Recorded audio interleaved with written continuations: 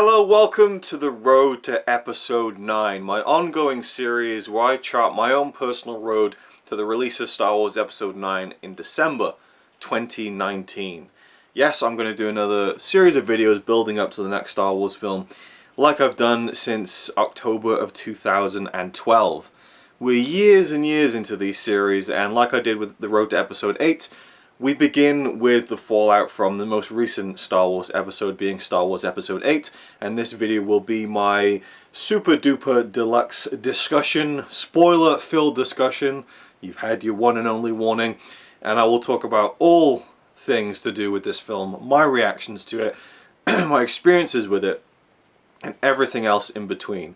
Now, with The Force Awakens, and bear in mind this is going to be an extremely long video, the Force Awakens one was an hour and 51 minutes, and I feel like I have a lot more to say on this one. I'll try and be as quick as I can, but guys, it's me and it's Star Wars. It's going to go on forever.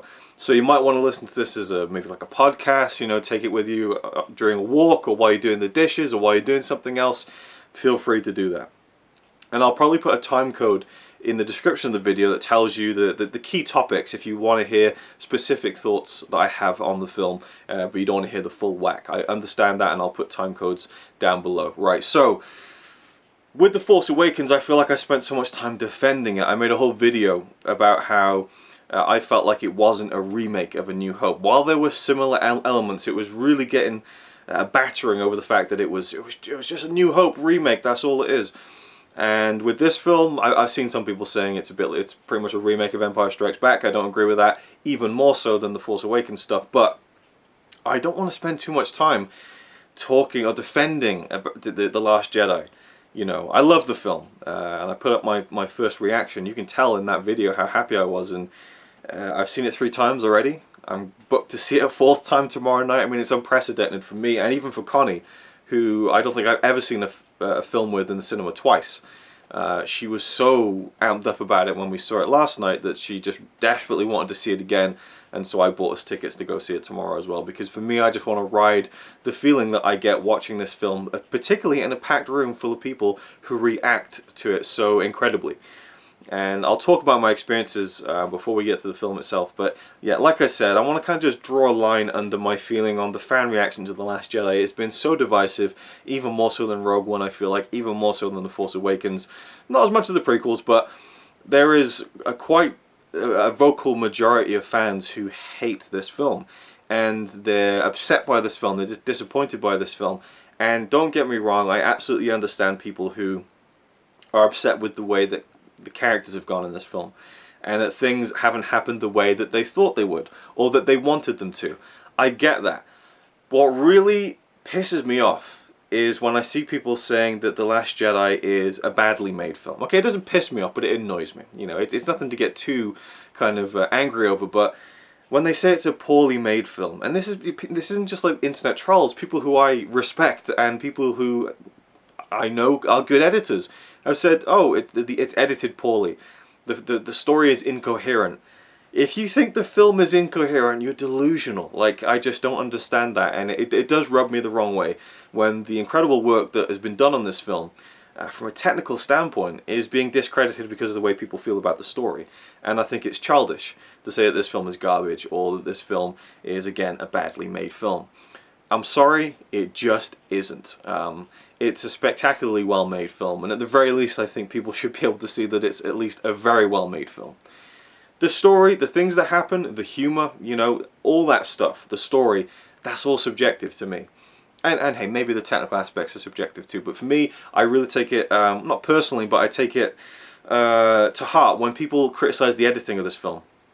Because the 3rd time I watched it, I really paid close attention to the editing, and I think it's fantastic. I think the way that all the storylines are intercut, the way that tension is built up, is brought down, is intercut with all these storylines, I think is masterfully done, and I stand by that. But to me, I have been editing since I was 11 years old, so I'm coming up on almost 20 years of doing it myself. On a professional level, no.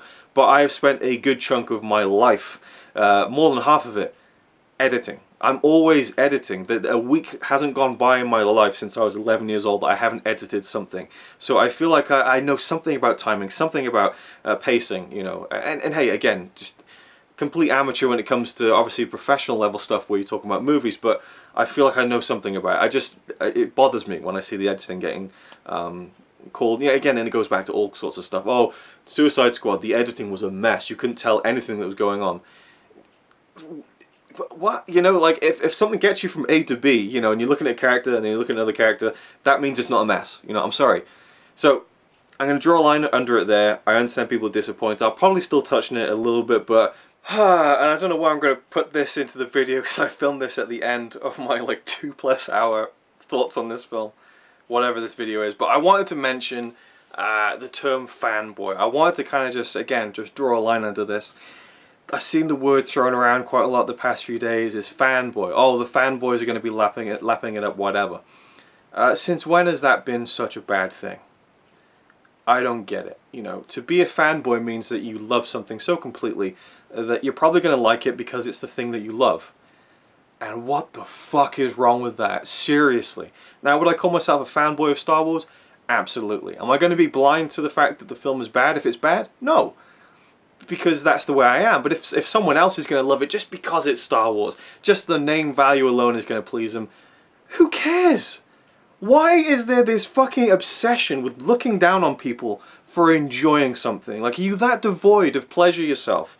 You have to look down on someone for liking something, for enjoying something, for loving something. Now, I get it when it's someone who is so obsessive over these things that they become dangerous. I mean, that's a big no-no, you know. As long as you're not hurting anybody, love what you love, enjoy loving what you love, and don't give a fuck what other people think about what you love, or being called a fanboy, God forbid, right? An example, a recent one is Justice League, which just came out. I thought it was a good film, didn't love it, didn't think it was that great. Friend of mine, fellow YouTuber Brian Lomax, he loved it, and maybe he wouldn't like the term, but he clearly is a fanboy of. And again, I don't want that term to be negative, but he's a fan of DC and the DC movies, the recent ones. So that film, Justice League, for him was clearly everything he wanted it to be. He rated it 5 out of 5, which to me, by my ranking, is lunacy. It's bonkers. But he loved it, so that's awesome, and I'm not him. You know, we all have our preferences, we all have our tastes. And I just don't understand this fascination with looking down on people because they love something and saying, well, you're just a fanboy, you'll like it no matter what. Fuck you. I hate that shit. I really do. But I can truly say from my point of view that even though I'm a fan of these films and I'm a fan of the Star Wars brand and everything that goes along with it, I'm not a super fan who buys all the merchandise and all that kind of stuff. I don't have anything against people who do. But, you know, to me, yes. Am I predisposed to like this? Yes. Am I biased to like it because of what it is? Yes. If I looked at this film completely independently of any of the other Star Wars films and I wasn't a fan of it, would I like it as much? Hell no. Would I enjoy it? I think I would. I think it's a great kind of sci-fi adventure. Has great action, has great character moments, great acting, intensity, excitement, fun, you know, all that stuff. Maybe I'd love it, but the fact that I have this emotional connection to the history of it, but also the recent history of it and the new characters, means that yes, I'm definitely biased to enjoy it. And there's nothing wrong with that. So that's my thoughts on the whole fanboy thing, because I see that, and that's what really rankles me, is when it gets written off as fanboy loving. But to be honest, actually, it really seems like the critics have been really key here, because the critics have overwhelmingly loved The Last Jedi. You know, frequently giving it 4 to 5 out of 5. But it's mainly the fans who really care about it and want it to happen exactly like they want it to. Or are disappointed with what happened in the film, which I can understand, don't get me wrong, I can understand that. They seem to be the ones who really are getting the most annoyed about it. But I have seen a few people saying, well, the people who say The Last Jedi is a great film are just fanboys. Like, fuck that, you know, I hate that, had to talk about it, on with the rest of the video. We'll leave that there. So for me, I was anticipating this film, but not as much as Episode 7, funnily enough, and obviously I was expecting it was going to be darker, and it was so much lighter than I was expecting. Now, my first viewing was on Wednesday, the 13th of December, which was a day before the UK release, and then 2 days before the American release. So I saw it before most people who didn't get to go to early press screenings and things like that. And that was kind of tough because I couldn't talk about it with anyone. It wasn't like, yay, I get to see it early. It was a, oh, damn, I can't speak to pretty much anyone. There was someone I could speak to, which was very helpful about all the spoilery details and everything, and my thoughts on it and processing it. It's a film you need to process, a film you need to digest. And so I went there 10 AM in the morning, first showing here in Norway, and I wasn't expecting it to be a big deal, but I saw that a lot of the tickets had been booked, and I got a good seat. I booked it a couple months in advance, which I still thought was crazy. And then we had like stormtroopers at the cinema. We had Darth Vader in costume, Kylo Ren in costume. People were amped up. They were excited. I could see that they were probably bigger Star Wars fans than I am. I just had my normal clothes on. There were people there with all their Star Wars t-shirts. There was a guy that had like a Star Wars t-shirt from like 10 years ago. You know, all these different jackets, custom made things, you know. And of course dressing up. And in the cinema, while we were waiting for the film to start, we had Darth Vader and Kylo Ren down by the front of the screen. And it was really cool, standing there anonymously and stuff. And then we had posters being handed out to select people. A raffle was drawn, random people's seats. A phone was given away, I think, and a Star Wars watch. And it was really funny how the Darth Vader, you know, was looking very much the part, and then this woman comes up and says, "Can I take a picture with you?" And so he bends down to kind of get into the picture, and it was a really funny visual. And then he takes his glove off, and he gets his phone, and he just kind of goes to take a selfie with all the people and he's just like this with his thumb, trying to get it into into frame. And then he takes the selfie, and then Kylo Ren decides to take a selfie, and so she turns around like this, and then she's like nudging Vader, like, "Come on, get in the shot," you know. It's like, "Come on, Granddad."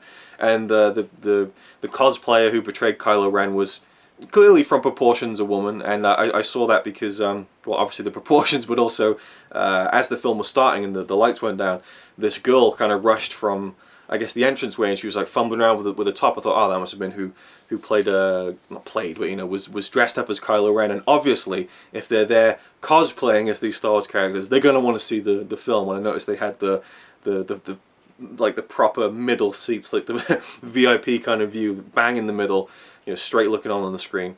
Anyway, so that was the experience of seeing it for the first time. Actually, a photographer came in and took a picture of us all. We all stood up in the cinema, and if you look at the picture, my face is completely hidden by someone's fist. So it was like I almost wasn't there, but that's fine. I wasn't too bothered about that, but it was cool that a deal was made of it being the Star Wars premiere and stuff. The crowd was receptive. There was a couple of cheers, there was some claps and so on, laughing in the big moments, and kind of gasps in the serious moments. And there wasn't applause at the end of the film, which I was expecting, given it was such a big Star Wars fan audience, but there was applause when it said, "In memory of our Princess Carrie Fisher," and that was great. And the subsequent 2 times I've seen it, no one applauds during that, and I get a bit about it, because I really loved that when people gave it a round of applause for the "In memory of Carrie Fisher," which is very nice. I left the cinema, I did my initial reaction video, and I wanted to go home and upload it, and I just thought, I'm so happy with how this film turned out. I was so blown away by it. I want to see it again. I don't want this feeling to leave me. You know, it was just this incredible feeling that I'm so glad I kind of captured. You can see how giddy I was in that video. And I walked around for about an hour thinking about, do I want to spend, you know, another, you know, 12, 13 quid to see it again, because it's fairly pricey here in Norway. And I thought, you know what, if I can get a can of vanilla Coke, my preferred drink, I'll do it. Because I didn't manage to get one. The shop I usually go to get vanilla Coke didn't have any. So, and here's another testament to the film. When I first sat down to watch The Last Jedi for the first time, I had a bag full of snacks. Now, I don't know about you, but I'm a glutton when it comes to snacking during movies. I buy crisps, chocolate, sweets, all that kind of stuff. And I didn't touch any of it. I had my drink, my Dr. Pepper, but I didn't touch my bag. And that never happens. I was so gripped for that 2.5 hours that I just didn't even consider it. So I thought, well, I got these snacks that I can still eat, and if I can find a can of vanilla Coke, so I went all around the spots that they usually have it, didn't have it anywhere. There's this one place that's like a 10-minute walk away, so I went there, and they had vanilla Coke. I thought, well, that settles it. But I knew deep down I was going to go see it again at the 2:15 showing, because I had to ride that high, because I was almost concerned that I'd never feel that way again. So I went back and saw it for a second time. I managed to enjoy my snacks. I enjoyed kind of looking at the room a little bit during the bigger moments to see people's reactions, like when Leia kind of gets blown out of the bridge at the beginning of the film, and I just saw someone kind of sit forward like, what, you know. That was really cool, but the atmosphere wasn't as good as the premiere 10 AM showing. But I could take everything in more. There was all these little scenes I hadn't noticed, these little beats that for some reason my brain just didn't take in whatsoever the first time around, because I was so wowed by the bigger moments that smaller moments I missed. One example is towards the end when DJ is revealed to kind of Benicio del Toro's character. He's the guy who basically gives away the rebels' transport location, and Finn says, you know, you're wrong, you know, this is wrong. And DJ looks at him and goes, maybe. and then he leaves. In my mind, the first time I saw the film, there was no resolution to DJ. We never saw him leave, and that scene never happened. You know, my brain just didn't take it in whatsoever. So seeing it a second time, I could pick up on all these smaller details. Also, the second time round, I realized that, wow, okay, this actually is basically a chase movie for most of the film with the Resistance. You got the transport ship there, or the main Resistance ship holding all the transports, and then here you have Snoke's Supremacy, and they're basically chasing each other across the galaxy, you know. So, and again, you could go into it and say, why didn't they just hyperspace, like, you know, a little bit closer, but, you know, but it gives the film this urgency that the Resistance is always backpedaling, it's always on the run. So again, the second viewing really helped things. Then 2 days later, yesterday on Friday the 15th, when it came out in America properly, me and Connie went to see it. And I was so excited for her to see it, because this is this one Star Wars film she's been more excited about than anything else. She loved The Force Awakens, and this is kind of, these are her Star Wars movies to watch for the first time in the cinema. I had the prequels and these films too, but these have kind of been her kind of quote-unquote generation, because she never really grew up with the films or watched them. So it was exciting for me to kind of be there and kind of look at her when things were happening, and I could see her reacting to these moments, and there was moments where I saw her holding her chest, you know, and all the moments I thought she'd love, because I just know her so well, she did, so that was cool. But also, that Friday evening showing was packed out, but it looked like more general audience, a lot of kids, young teenagers. I thought they're just here to see it for the Star Wars, you know, it's the latest big movie. But the atmosphere was electric. There was these big moments, especially the throne room scenes with Kylo Ren, Rey, and Snoke, where, especially when Snoke dies, and Rey grabs that lightsaber and they turn around to team up and it's in slow motion. There was cheers, but also I could just feel the excitement. People getting pumped the fuck up about that scene. And at the end of it, it was boiling in that room. Connie was like, it's so hot. And it could only have been because everyone was so jacked up. You know, the blood was pounding and racing for that last, you know, third act of the film that's so exciting and has all these big moments. And that is a cinema experience I'm going to hold on to for the rest of my life. I loved the premiere one, but the third showing, watching it with Connie, but feeling that excitement is something I'm never going to forget. And I felt so sad afterwards that, you know, there's a finite shelf life to that. Getting to see it in a room full of people who've never seen the film before, who are going to react to those big moments. So we are going to go see it again tomorrow, and I hope it's a little bit like that, but it'd be foolish to kind of expect it. And you know, yeah, it's just one of those things where seeing a film like that for the first time is so special, and I love to hold on to those things, and getting to kind of vicariously live through the rest of the crowd reacting to these moments was something that I loved last night. Anyway, so from there I think I should talk about the film. And what I felt about it, and just go through the entire film basically and cover all the key beats and everything. So, and for the record, you know, I love The Force Awakens. It's one of my favorite Star Wars films, I think, and I just loved everything about it. I loved the stage that it set for this movie. I feel like Force Awakens was just like the great beginning, and this just continued to smack it into another stratosphere in terms of what I really got out of The Force Awakens. I got out of The Last Jedi, but even more so, I think.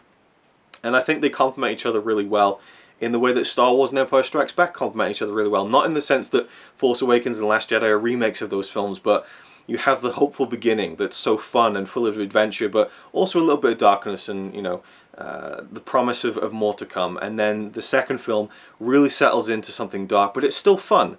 Empire Strikes Back is fun. You know, there's a lot of fun moments in that film. Now, the humour of The Last Jedi is something that certainly has been divisive as well, and I can see that, I totally can. I don't subscribe to the theory that it's a Marvel movie, or they're trying to be like a Marvel movie. Every Star Wars film has humour in it. Good and bad. You look at the Attack of the Clones, bad, bad, bad. You look at The Force Awakens, good, good, very good, funny. But also the original trilogy. You know, some of the lines in that film are very goofy. You overweight glob of grease, you know. I think people are kind of, I feel like there's just rose-tinted glasses with the original trilogy. That everything it did was such a perfect blend of everything. Some of the humor in, you know, the original trilogy isn't the best at times, you know. But at its heart, Star Wars to me is a goofy thing. Like Mark Hamill always says, Star Wars is Alec Guinness sitting in a cockpit next to a space monkey. You know, it's a bit ridiculous when you think about it. It needs to have those jokes. It needs to not take itself too seriously. But at the same time, what I loved about the humor in The Last Jedi is that it lets you off the hook in some of those emotional moments, and well, not emotional moments, but it brings you down at the right moments. Some of it isn't placed perfectly, I will say that much, and I do think that the opening scene with Luke and Rey, which was handled perfectly, I thought, because we knew it was going to pick up right where it left off, and the opening crawl basically tells you what happened in The Force Awakens. We pan down, we had the big space battle, which I'll get to, but where we start with Luke and Rey, she hands in the lightsaber, and the music swells, then it stops, and he throws it behind him and walks past her. Every time I've seen it, people laugh uproariously like it's the funniest thing ever. That to me isn't funny at all. I don't know if that was intended to be humorous. It is that kind of, oh, wouldn't it be funny if you just threw it over it? And that, even Connie said that. She thought it would be a funny joke if that had happened, but she wasn't expecting it to happen. I think it's a great little beat, but I don't find it funny. I think it's like a, oh shit, okay, you know, and he walks straight past her, you know, and then she's knocking on the door, hello? People are laughing, oh, this is funny, oh, he's through the lights. To me, that wasn't funny, you know, that's just my take on it. So again, I feel like the humor maybe at times isn't perfect, and humor is a really tricky thing to get right, especially over a 2.5 hour long film. But I loved how even in the third act we were getting ridiculous stuff like the iron that comes down. I thought, huh, that ship looks just like an iron, and then it's just ironing the first one. That was perfectly placed to me. It was during the kind of the sea storyline with Finn and Rose. That worked there, you know. Or the Luke moment where he kind of does the brush of the shoulder. That is perfectly placed for that. It's a release after this really intense moment, but it doesn't take you out of that intense moment either, because it's so grand, it's so big, that it's really hard to pull you out of it. But it was a perfectly placed moment of humor, I thought.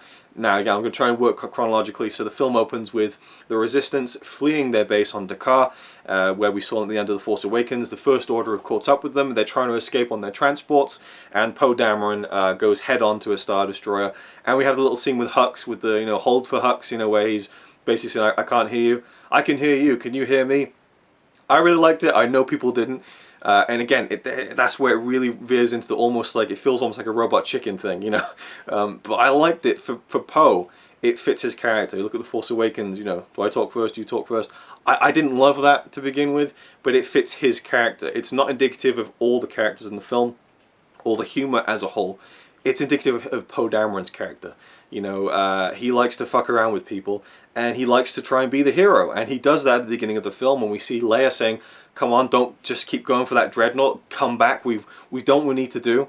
And he's like, we need to take this thing down, so he brings in the bombers, and a lot of lives get lost, and so he successfully, you know, brings about the destruction of this huge ship that can take out an entire fleet, but at the cost of more lives that the Resistance cannot spare.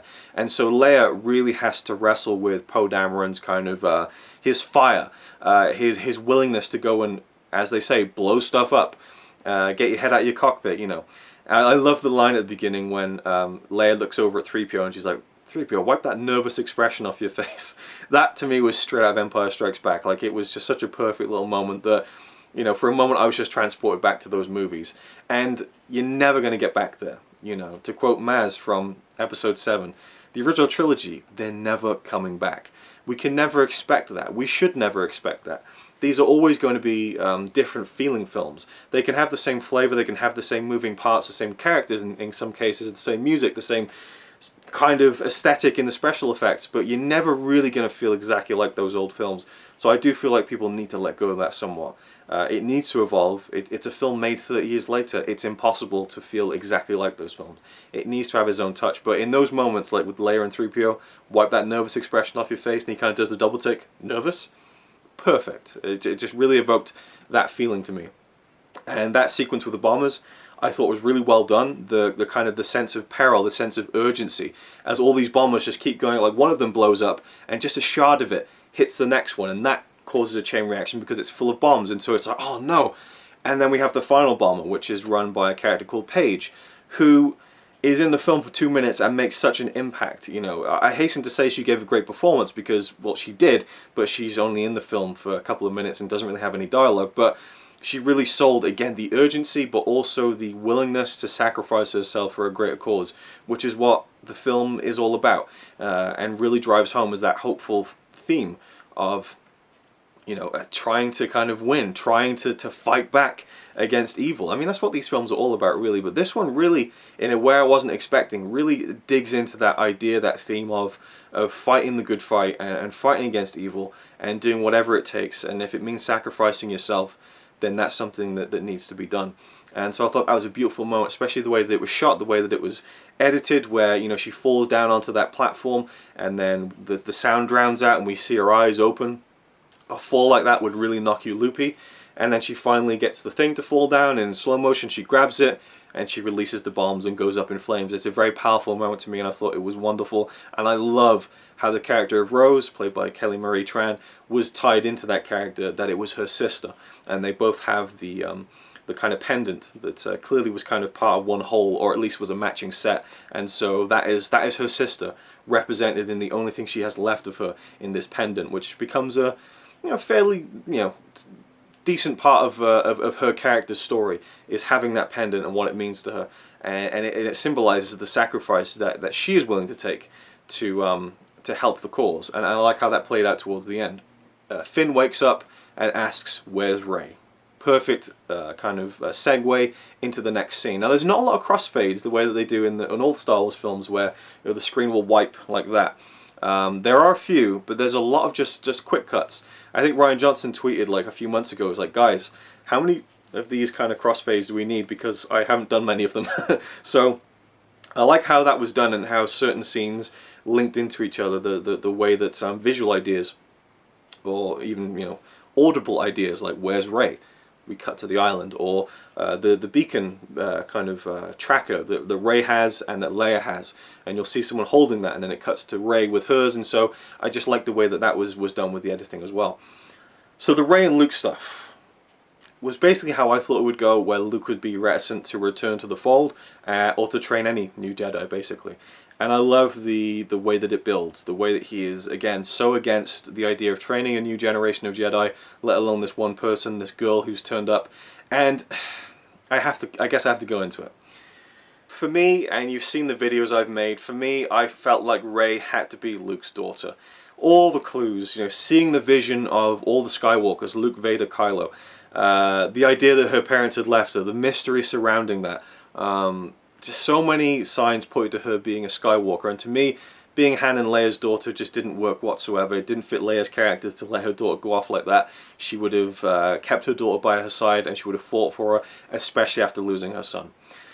So to me, the only answer was she's Luke's daughter. And at the end of The Force Awakens, when the tears fill in his eyes and the tears fill in Rey's eyes, I thought, this is a father seeing his daughter again for the first time in 10 years.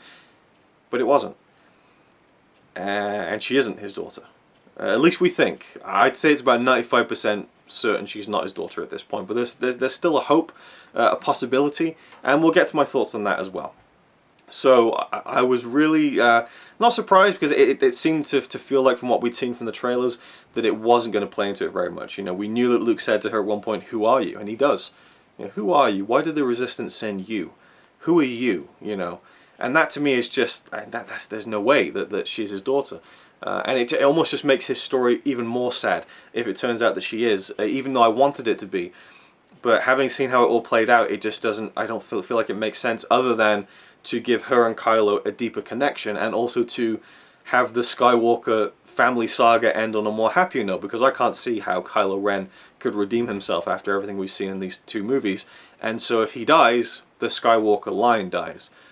I kind of almost like that idea too. So, with that being said, the Luke and Rey stuff on the island, I love seeing all the bits where he he milks that thing, and he's he's drinking the milk, and he's kind of like throwing it in her face, and he's basically trying to almost like put her off in a way, but also just to show her how unhinged he is. That scene when he flies across the chasm on the big kind of fishing hook, and she's like, "Be careful," and he looks up at her with this wild look in his eyes. It's like he's challenging her to leave, like, "You don't want to be a part of this. I'm fucked up," It's like he was really trying to kind of just put her off any way he could, but she resists. And there's a great bit of foreshadowing when she says, "We need you to come back," and he's like, "What, did you think that I was just going to come back with a laser sword and face off against the entire First Order?" It's kind of what we see 2 hours later in some way. I love the scene when Chewbacca bursts in, and that's when Luke realizes that Han is gone. Maybe a little bit more about Han would have been nice, but I feel like they referenced it enough, which was good. I loved the bit where Luke said, he's talking to Rey about training Ben, and he's like, Han was Han about it, you know. That was nice, and, you know, the little kind of giving Leia the dice near the end, which serves as a double purpose, actually, which I didn't realise until about an hour ago, and I'll talk about that when I get to it. Man, we're almost half an hour into the video, and I still haven't even scratched the surface, I feel like. Holy shit. This could be like the longest single discussion video I've done ever of one thing. I don't know, we'll see what happens. So, Luke and Rey, I'll try and keep on track as much as I can, but there are going to be lulls in the video where I kind of lose steam a little bit, but again, there's just so much to say. I like the slow build-up. It doesn't just jump right into him training her. There needs to be, you know, this time, and the film gives us that time. And so, you know, we're slowly following it, and Rey talking about how she needs guidance. There's something within her. She's seen this place before. She doesn't know what this power is, and she needs someone to train her. There's some funny moments, you know, where Luke's like, you know, where are you? Where are you from? And she's like, nowhere. No one's from nowhere. I'm from Jakku. Well, you're right, that is pretty much nowhere. So Luke has a bit of a sense of humor, which is another thing people are kind of griped about. I like it. You know, if he didn't have a sense of humor about even, you know, the smallest things, he would be dead at that point. You know, I mean, he'd already lost so much of his will to do anything in that kind of in this section of his life on the island on Acto. But there has to be some levity in his life, otherwise he would have just, you know, just completely withered away and just either died or become one with the Force, you know. It showed to me that there was still something in there. Even if he's projecting this image to Rey specifically, that he's completely closed off from all of this, and he's never coming back, and I'll never train anyone again, and all this. There's still a spark in him, and he doesn't even realize it, I think, until a certain character shows up and reminds him of something, of who he used to be and what he could still be. And that's one of my favorite things about the way they handled Luke, was that he was this character who was so embodying of hope. He was a new hope, right? Everything about him in that original trilogy was just this shining beacon of goodness. And so I understand why people are so upset that he wasn't in this film. And then there was this dark past that happened between Jedi and Force Awakens and The Last Jedi. And people say, oh, you know, Return of the Jedi, Luke wouldn't act like this. Did you listen to what you said before you said it, before the words came out of your mouth? You're right. Return of the Jedi, Luke wouldn't do the things that Luke in The Last Jedi has done. Because that's 30 years ago, 30, 35 years in the past. People change, people go through things, and clearly the experience with Ben was a completely traumatizing event that completely destroyed his life, and Ben's life, and Leia's life to a degree. You know, they all moved on in their own way, but nothing was ever the same after that. And I love that we got that backstory between him and Ben, and also how we got, like, you know, Rashomon style almost, the three different versions of it. You know, Luke's version, Kylo's version, and then perhaps maybe the more truthful version, somewhere in between. And again, I'll get to that when I get to that. But, you know, Luke to me, sure, I would have loved it if he was still that hopeful character, if he was still this beacon of light, and had come back to save the day, and everything was fine and dandy, and he didn't die at the end of the movie. I would love that. Luke is one of my favorite characters, and my favorite Star Wars character. And, you know, that's what I would have loved. But what we got was so much more thematically interesting. There's more to work off with that. There's more to dig into with that. There's more drama for that. I mean, to me, what happened with Luke's character gave Mark Hamill the opportunity to give the best performance of his entire career. Because you have someone who is racked with anguish, with guilt, with regret, with sorrow. And so that's just so much more gripping and involving, I think. And as he kind of grew as an actor, as Luke grew as a character, it only gets better, I think. You know, in A New Hope, Mark Hamill's, he's pretty good.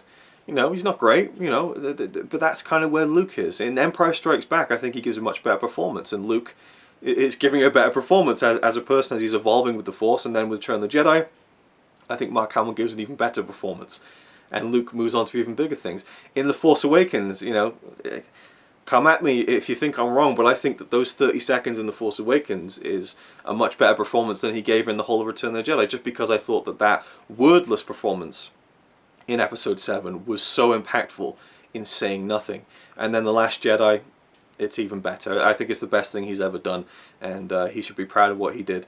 Regardless of what people think of him saying that he fundamentally disagreed with everything Rian Johnson wrote about the character, I think people take that out of context, because he did go on to say that, you know, he had to kind of come to terms with it himself and realize the bigger picture and not what he wanted, and so on. It's nice that he's honest about these things, but I think people kind of get their perspective skewed a little bit on, oh, Mark Hamill hated what he had to do with the character, you know, he's just keeping quiet for now to appease Disney. That's another thing. Disney. Lucasfilm makes these movies. You know, Disney, they own it, but Lucasfilm is the company that makes these films. From all accounts, Rian Johnson was given a clean slate to do whatever he wanted, and by all accounts from him, he wasn't held back from anything that he did. I mean, he went through these big moments with Lucasfilm and talked about those things he wanted to do with them, but he wasn't held back from doing anything, and that is abundantly clear when you see the movie. This isn't a Disney corporate move. You know, and the Porgs, you know, Disney trying to sell toys. When they went to the island in Ireland to shoot the Acto scenes with Rey and Luke, Rian Johnson noticed that there were all these puffins, these birds on the island, and he was so taken with them, he wanted to kind of do the Star Wars version of that. Is that Disney wanting to sell toys? No. Are they happy they can sell toys? Yes. I think we should move away from this kind of the Disney, the big evil corporation, trying to do this, trying to do that. They own it, they're raking in the money for it, they're reaping the rewards, but Lucasfilm are making the movies. Just let that be clear, okay? Anyway, where was I? Porgs. I love the Porgs. I thought they were great. I thought that the build-up to them was kind of unnecessary. You had people going out and buying like $1,000 worth of merchandise of Porgs, getting Porg tattoos. Like, calm down on the fucking Porgs. But they were great. They were used perfectly, I thought. They were cute, they were funny, but they weren't excessive, you know, so thumbs up to that. I love the caretakers, the creatures who kind of handle the upkeep of the first Jedi kind of huts and temples and stuff. They were in the film for maybe like 45 seconds, but I really liked them. Practical creatures, that's always a thumbs up, but also I thought they were funny, and I liked the idea of them being there. So there's that. Again, Rey and Luke on the island still. I guess we're still on that. I guess we can move over before Rey begins to get trained by Luke and talk about the Kylo Ren stuff. And that was another sequence, was when that I liked the editing of, the kind of smash editing. Well, not smash editing, but you know, it wasn't a wipe that we're so accustomed to. It was a simple straight cut from Luke realizing that Han wasn't there with the Falcon, saying, "Where's Han?" And then we cut to his son, Kylo Ren, with the mask. And I love that we got the mask again and the voice modulation, which I loved so much, but it was only for one scene. He enters Snoke's throne room. We get a little bit of a closer look at Snoke. Not too close. We don't go into super close up until near the end of the film, but we see more of him. And Snoke's a character I've got a lot of things to say about. And he just dresses down Kylo. Take that ridiculous thing off your face. I thought you were going to be a new Vader, but you're nothing but a disappointment. You know, he just really just absolutely dresses him down. Kylo gets back in the elevator. He is absolutely rattled by this, smashes his mask up and says, "Ready my ship." He is ready to go fuck shit up and take down the Resistance himself. So then we have the sequence of the Resistance trying to escape from the First Order in their big ship. Leia's there on the bridge, and Poe's ready to go out, you know, permission to blow some stuff up, permission granted, you know. Again, I love the dynamic between Leia and Poe, and I love how he's kind of being mentored by her in a way, to the point where I could see him being General Poe Dameron in Episode 9, and it would be so perfectly fitting, you know. It really felt like that those two characters had a connection, they had a chemistry together, and that he'd been working under her for a long time, that they'd worked an understanding with each other, but also she still felt like there was stuff to teach him. And she does by the end of the film, which I thought was really cool too. He has a really good arc, in my opinion. So we have the next big kind of space sequence where Kylo Ren blows up all the ships inside, goes back out, and focuses in on the bridge. And in a very interesting homage to Empire Strikes Back, we have extreme close-up of Kylo's face and then Leia's face on the bridge, and it fades between the two. When you fade an image together, and you know, it kind of goes, well, I don't know why I'm doing that, but you know, a crossfade where one image doesn't just cut to the next, it fades in. But it's a very quick fade, like a few frames between the two faces. It's exactly the same editing technique that was used when Luke and Vader commune through the Force at the end of Empire Strikes Back after he's found out the truth. You know, he's kind of, again, appealing to Luke to come join him again. And so they used the same technique, which I thought was really cool. They played in Leia's theme. It makes it seem like he's about to kill his own mother. They used it in the trailer. I knew it wasn't going to happen. It would be too brutal, I think. But he takes his finger off the trigger. You breathe a sigh of relief. and then the two TIE fighters whiz past him and they fire off two proton torpedoes. At that point, I thought he was going to shoot them down and stop them from doing it. But they hit the bridge, and you have that incredible, heartbreaking shot of Leia in close-up, and then she gets ripped out of the bridge. I felt like someone had put their hand into my stomach, gripped it hard, and yanked it out of my body. I was so angry, I was absolutely gutted. The term gutted doesn't apply any more than in that scene when I first saw it.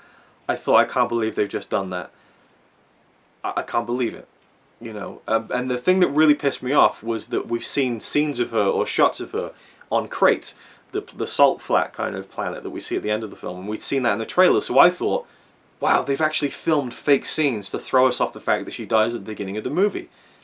And I was just so angry about it. I couldn't believe it. And then they just moved on with the next scene, with Hux on the bridge of the Star Destroyer kind of discussing strategies to take down the Resistance ship, and I'm just like, what? And then we see her body, and I'm just like, oh my god. And then they're focusing in on her dead body floating in space, and the playing of this very kind of lullaby-esque version of Leia's theme. I thought, what are they doing? This is so morbid. And then her fingers start to move. And the space around her, and the dust and the fragments of the bridge that's been blown up starts to move around her hands. And the music starts to swell, and her eyes open. And then the Leia's theme just absolutely just bursts with life as she reaches her hand out. And she flies back to the bridge, and she flies through, and she hits that door, and they bring her in, and she's, you know, in a coma, but she's alive. Holy fucking shit. Now, this is one of the big moments of the film. It's been called Superman Leia, it's been called Mary Poppins Leia. I've seen people say that it's the worst Star Wars moment ever. It's so ridiculous. She couldn't survive in the vacuum of space. All I say to that is, it's fucking Star Wars. If you want that level of realism when it comes to space and that term, that kind of side of science fiction, go watch Interstellar. I don't know, go watch a film that does it in that way, where it treats it with that kind of respect. If we were going to deal with Star Wars in a scientifically accurate way, we would hear nothing in those dogfights in space. You know? You'd see all these ships blowing up, but it would just be complete silence. You know, you have to take artistic license with these moments. And okay, I guess some people aren't really ragging on it to the terms of, oh well, it's unrealistic, but the terms of, well, she shouldn't be able to do that because she's not a Jedi. Luke never trained her. She's a Skywalker. It's in her blood. You have that power too. She didn't choose that path, but we've seen in The Force Awakens that she could feel things through the Force. She could feel her husband dying, or ex-husband dying across the galaxy, or you know, wherever the location is between the Resistance base and the Force Awakens and Starkiller base. We know that it's in her, and I just thought it was amazing. And from what I've read now, there's been some Q&A stuff that's kind of surfaced. Kathleen Kennedy was very eager to see Leia have a Force moment because of that line in Return of the Jedi. You have that power too. And that's where it grew from. And Rian Johnson said that Carrie Fisher loved the fact that this scene was going to happen for Leia, but she was still far more excited about the dialogue and getting to say things like, get your head out of your cockpit. So that's very Carrie to me. Yeah, that's cool, I get to do that thing, but I love the dialogue. I love getting to be that witty Leia, which I thought was fantastic. But the moment itself, it ripped my guts out and then it put it back in again and just swelled me up, and I felt so complete, you know. And the fact that she had died makes that scene so much more loaded, unfortunately, but that's the way that they filmed it. That's what was always going to happen, and they didn't change that. They could have tried to, you know, okay, let's try and, you know, tie up, you know, Carrie Fisher's real-life death and have that be the moment where Leia dies. And maybe even they could have easily changed it in the edit or with reshoots to where Kylo does kill her and we can have him go full-on bad guy. But the way they did it, and there's so much more for after that, that it would be so tragic to lose it, you know. But I'm just glad that they kept everything from her character intact. They didn't try and kill her off unnaturally from the way it was originally filmed, and everything was left the way it was. Her final performance stands exactly as she shot it, and I think in general she was incredible in the film. Not to say that her performance was amazing, but for who that character is, she was perfect. I really liked her personally in The Force Awakens. I know people thought she was a bit stiff. She wasn't incredible, but I just loved seeing her back on the big screen again. And of course she's not going to sound the same, she's not going to look the same. She's had a life, you know, but I thought that she became full Leia in this film. She felt so authentic to that character, to that role, that made her who she was. And, you know, to go out on that role is kind of poetic, but obviously heartbreaking. But seeing how great she was in The Last Jedi, again, the biggest kind of tragedy here is that she died. You know, that's the worst thing. But I do feel like, man, it clearly was going the route of Han gets his spotlight in 7, Luke's get it in 8, and Leia gets it in 9. I mean, there would have to be some sort of scene with Leia and Kylo. You know, we never saw, you know, the mother and son interact, except for that scene where their faces are cross-cut in The Last Jedi. And it's a shame that, you know, given how she really settled into the role of Leia in The Last Jedi, we don't get to see that. But I think it's great that she was around, and I said that in the video when she just died, that as sad as it is, I'm so happy that she got to experience this resurgence, at least some of it, and she got to see the excitement of the fans, that it was coming back, and got to see people loving The Force Awakens, and she got to come back and do scenes with Harrison Ford again, do scenes with Mark Hamill again, or one scene I suppose if you think about it. I'm glad that she got to do that, I really am, and the film is loaded throughout all of her scenes, and especially scenes where, you know, the wording of it almost seems like they knew what was going to happen, which obviously is not the case, but especially the scene where, you know, Leia and Luke are talking about Kylo, and she's like, I know my son's gone. And Luke says, no one's ever really gone. Like, I'm almost getting teary thinking about it, but, you know, that line seems like it's tailor-made for the fact that she had died, but it wasn't, you know. That was the intent of the story, but because of real life events it bleeds over to the intent of us watching it and knowing the real life events of her passing, and makes it all the more emotional. But outside of all of that, I thought she was fantastic, and I fucking love the scene where she flies back. Leia got her big badass moment. You know, she's a badass anyway. There's a short little clip where Finn and Rose crash into the Crait base, and everyone's got their blasters and stuff, and you see Leia just for a split second with a blaster fire. I just thought that was fucking awesome. Leia's a badass, you know, both in how tough she was, but how willing she was to get into the action, but also in that scene where, to me, it wasn't a sense of Leia was like, okay, if this ever happens to me and I fly out into space, this is what I'll do. No, it was this kind of instinctual thing where the Force had a will of its own and protected her, and she knew what to do. You know, and she was a fighter till the very end, and I love that about her character. I love that about Carrie Fisher, and seeing that moment, I don't care what you call it, Superman, Leia, whatever, pile on all the hate about that scene. I thought it was phenomenal, and it was a great moment for her character. And a really cool bit of foreshadowing that I just found out as well is when she flies back through the bridge that's been blown open, there's a hologram of Snoke's Star Destroyer ship, the Supremacy, and she crosses through the hologram pretty much in the spot where Holdo rips through it later on in the film. Just a cool bit of visual kind of, you know, you catch it on the repeat viewings and things like that. So that was the Leia moment, which I loved. Back to Luke and Rey. He gets on the Falcon, and I loved that as well, where he sat down and he saw R2, and he was so happy. Well, not so happy, but he had a smile on his face, like, R2, his face lit up again. You know, we saw that all hope wasn't lost. And, you know, and he's like, look, I never, if only I can make you understand, R2, you know. I'm never going to train Jedi again. And nothing's going to change my mind. And then R2 plays the, you know, help me Obi-Wan Kenobi, you're my only hope. And you know, I love the line, that was a cheap move, you know. And it brings him back to the sense of purpose that he felt when he was a young man, and when he saw that message and he thought, we need to help this woman, you know, we need to do this. And that's when he realized, not so much that he would help this girl Rey and make her a Jedi, but that, okay, I'll give you what you want, but I'm going to show you how you're wrong as well. That's a very key line. He says, at dawn, 3 lessons. I'll teach you the ways of the Jedi, and then you'll see why they have to end. So it's not a full switch around. You know, he still is very much adamant that you know, his idea of the Jedi is that they should end, that they've caused nothing but misery, and that they've always had failure ingrained within them, and it's always been a key part of the genetic makeup of the Jedi, is that they always fail. And that's kind of what you see in the main Jedi characters in the whole series. You see Obi-Wan Kenobi ultimately fail Anakin. You know, literally, I failed you. He becomes a hermit, and then he dies. You know, pretty much in the stage of his life where he's been in solitude for most of it. Yoda, you know, failed I have. You know, he failed to kind of defeat the Emperor. He failed to kind of keep things together with the Jedi Order in the prequel trilogy. He went into solitude, went into hiding, and then you know, passed away, you know, alone basically. Same thing with Luke. He failed his nephew, went into solitude, went into hiding, and ends up dying. But there are these moments of redemption. Obi-Wan managed to help Luke along in his journey before he passed on. Yoda managed to also help Luke along in his journey before he passed along. And Luke did something even bigger, I think, at the end of The Last Jedi, and we'll talk about that. But I just like how that works, how it's this ultimate tragedy of the Jedi, is that they always try to do the right thing, but it never works out, and they always end up failing. And that ties in very much with a specific scene and the talk of failure, which I'll get to when I get to it. Again, holy shit, how long am I going to go with this video?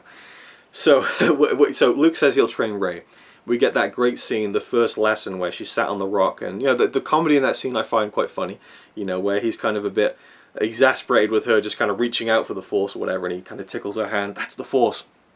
Really funny. It gives the film the levity that it needs. It you know, it allows you to, you know, chuckle and not be so serious all the time, because that scene begins to get quite serious. But I love how Daisy Ridley played that part where she's seeing everything she's feeling through the Force, and the way that we see quick edits of visual representations of that among the island as well, and the idea of seeing the light but seeing the darkness, and Luke saying, you know, powerful light, powerful darkness, just a balance, you know. But also his line that, you know, to say that a Jedi dies, the light dies, is vanity. You know, can you feel that? You know, he's really tapping into the idea that the Jedi aren't the be-all, end-all of the Force, and that perhaps they've you know, made themselves to be bigger than they should have. I don't know, but he's become skeptical. Well, not even skeptical. He's become very critical of the Jedi and what they've brought to the galaxy and what they've caused to the galaxy, and so on. I do like at one point he says to Rey that for a long while there was balance after Return of the Jedi. So it's not all doom and gloom. You can imagine there was at least 5 or 10 years where, you know, Luke and Leia and Han were happy, you know. And I like that, at least. It gives me some kind of comfort, I suppose, that as soon as Return of the Jedi ended, it wasn't all doom and gloom for the Skywalkers, but it certainly did become a part of that story. And it, for me, just makes the sequel trilogy all the more interesting and tragic, but also involving and gripping. So he gives her the first lesson, but she goes straight to the dark because it's trying to show her something. And then he's like, look, I've seen this kind of strength before. You've seen it in the trailers, in Ben Solo. I wasn't scared enough then, but I am now. And so he's very much trying to distance himself from it again. And then she realizes that he isn't there. She's trying to reach out, she can't feel him. And then she realizes, of course, you've shut yourself off from the Force completely. Later on, we see him trying to reconnect with the Force on his own. And that's when he realizes that Leia is in a coma, and they kind of have that connection. I love that brother and sister connection, the connection of these twins, the Skywalker twins, and how even that as a moment, just her whispering in her coma, Luke, and him, Leia, you know. That was great. Again, trying to fit into the chronology of everything that's going on. It's not going to be perfect, obviously. We have the Rose and Finn storyline, where Finn sees that the First Order can track them through hyperspace, and so they're really up shit creek. They don't know what to do. And also we have, what's her name? Laura Dern's character, Vice Admiral Holdo, comes in to take over the role that Leia was inhabiting as the the general of the Resistance, and takes command, and she rubs up against Poe Dameron, who is not really happy about the fact that she's not taking action, that she's playing it more reserved and deciding to just keep their course running away from the First Order but not have any specific plan. And so he's really being antagonistic towards her, and she's kind of fighting back against him too. And at the beginning, her character is made to seem as this woman who's kind of a bitch, is trying to save the good guys from being the good guys. But I love how her arc plays into it, where by the end of it you realise she was doing the right thing and she was trying to help. But Poe Dameron was so hot-headed he couldn't stop and see that for a second. But I like how it plays out, and it kind of flips your expectations on their heads, because when she stuns the other rebels, you think, oh shit, she's actually doing a heel turn here. But no, she's doing the right thing. And even Leia says when she comes out of the coma, it's like, you know, this is actually well thought out, because they're not going to spot us when we leave on these transport ships. So I like how Holdo's character played into the film. Laura Dern was very good, I thought. But yeah, where was I going with this? So Finn has decided he wants to go and help Rey. And I love how that friendship he has. This is a character who had nothing. And he found this girl. And to me, it isn't even this romantic thing. It's the first friend that each of them have ever really had. And, you know, how moved Rey is by him having the idea to come and help her and save her on the Starkiller base. They have a deep connection as the first friends that they've both had. I like how throughout the film, you know, Rey's like, have you contacted the Resistance base yet to Chewbacca? Or if you do, ask about Finn. You know, she's still thinking about him. I like how that was peppered in throughout. And obviously Finn is he wakes up going, Rey, you know, he wants to know where she is, he wants to help his friend, but also he doesn't want his friend to come to the Resistance where they're pretty much about to get destroyed by the First Order and there's no hope for them. So he decides to jump ship and to go and find Rey, or to go anywhere else so that she doesn't end up in the kind of perilous situation that he's in. There he meets Rose, the sister of the character of Paige, and she, played by Kelly Marie Tran, I thought was great. I know some people a bit iffy on her. I thought Rose was adorable, but she had a real heart to her that I felt was authentic and genuine, and I connected to. It wasn't my favorite character, of course, and that storyline with Finn and Rose wasn't my favorite either. It's definitely the weak link of the film.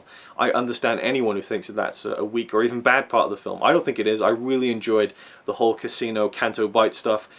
It's easily the weakest stuff in the film. But that's fine, and especially watching it the third time around, I really enjoyed those sequences because I knew what was coming, and I like spacing it out. It's like when I like to wait a year before rewatching a favourite movie, because you kind of build up your anticipation for the next time you see it. So whenever we're the Kylo and Rey and Luke stuff, it's great, and then we go back to Rose and Finn, it's like, okay, I'm enjoying this, and I know that soon I'm going to get some more of the good stuff, you know. I didn't mind it at all. In fact, I really enjoyed it, I'll say that. I can't say I loved it, but I really liked it. It was fun, you know, all the characters in the casino, all the practical creatures and things, some CGI ones here and there, but, you know, some fun little gags, some that weren't as good as others, but the location was really cool, and I liked the idea of it.